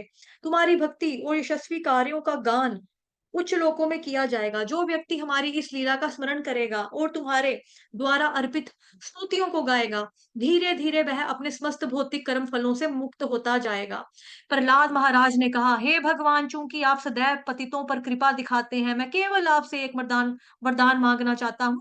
मैं जानता हूँ कि मरते समय आपके मुखार बिंद को देखने के से मेरे पिता पूरी तरह से शुद्ध हो चुके हैं, परंतु आपकी भगवत्ता को ना जानते हुए मेरे पिता ने अनेक बार, बहुत बार आपकी निंदा की और आपको अपने भाई का हत्यारा मानकर उनके प्रति द्वेष रखा। इसके साथ ही उन्होंने आपके भक्त को मेरे बारे में मेरी ठीक है, ले आऊंगी, सुन लिया मैंने। इसके साथ ही उन्होंने आपके भक्त के यानी मेरे प्रति अनेक अपराध भी किए। मैं चाहता हूं कि आप मेरे पिता के इन सभी अपराधों को क्षमा कर दें। भगवान नरसिंह देव ने उत्तर दिया, हे प्रहलाद, तुम्हारे इस वंश में जन्म लेने मात्र से न केवल तुम्हारे पिता अपितु तुम्हारे पूर्वज की 21 पीढ़ियों का उद्धार हो गया है। इतना ही नहीं, जहां कहीं भी तुम्हारे जैसे शांत, समचित तथा अन्य सद्गुणों से अलंकृत भक्त रहते हैं, वह स्थान, वहां निवास करने वाला प्रत्येक व्यक्ति सहज ही शुद्ध हो जाता है। तुम मेरे शुद्ध भक्तों में एक आदर्श हो और इसलिए अन्यों को तुम्हारे चरणों का अनुगमन करना चाहिए। हे वत्स, मृत्यु के समय मेरे शरीर का स्पर्श प्राप्त करने के कारण स्वरूप तुम्हारे पिता पहले ही शुद्ध हो चुके हैं, परंतु फिर भी एक पुत्र के रूप में यह तुम्हारा कर्तव्य है कि तुम अपने पिता का श्राद्ध कर्म संपन्न करो, जिससे वे उच्च लोकों की प्राप्ति कर सकें और भावी जन्मों में भक्त बन सकें। श्राद्ध कर्म होने के पश्चात तुम इस राज सिंहासन पर विराजमान होकर अपने पिता के राज्य पर शासन करो। भगवान नरसिंह देव के क्रोध को शांत हुआ देखकर ब्रह्मा जी प्रसन्न हो गए। भगवान की स्तुति करते हुए उन्होंने कहा, हे देवाधिदेव, यह मेरा परम सौभाग्य है कि आपने संपूर्ण ब्रह्मांड में तबाही मचाने वाले इस पापी असुर का वध कर दिया है। मुझसे प्राप्त वरदानों के बल पर यह असुर अत्यंत दम्भी बन गया था और वैदिक नियमों का उल्लंघन करने लगा था। हे भगवान, यद्यपि सॉरी हे भगवान, यदि व्यक्ति आपकी दिव्य देह पर ध्यान करता है, तो आप ना केवल सब प्रकार के भयों से उसकी रक्षा करते हैं, अपितु मृत्यु के भय से भी बचाते हैं। भगवान ने उत्तर दिया, ब्रह्मा जी, जिस प्रकार किसी विषैले सांप को दूध पिलाना खतरनाक है, उसी प्रकार असुरों को वरदान देना खतरनाक है, क्योंकि वे स्वभाव से अति हिंसक और द्वेषी होते हैं। इसलिए मैं तुम्हें चेतावनी देता हूं कि भविष्य में कभी किसी बस असुर को इस तरह के वरदान मत देना।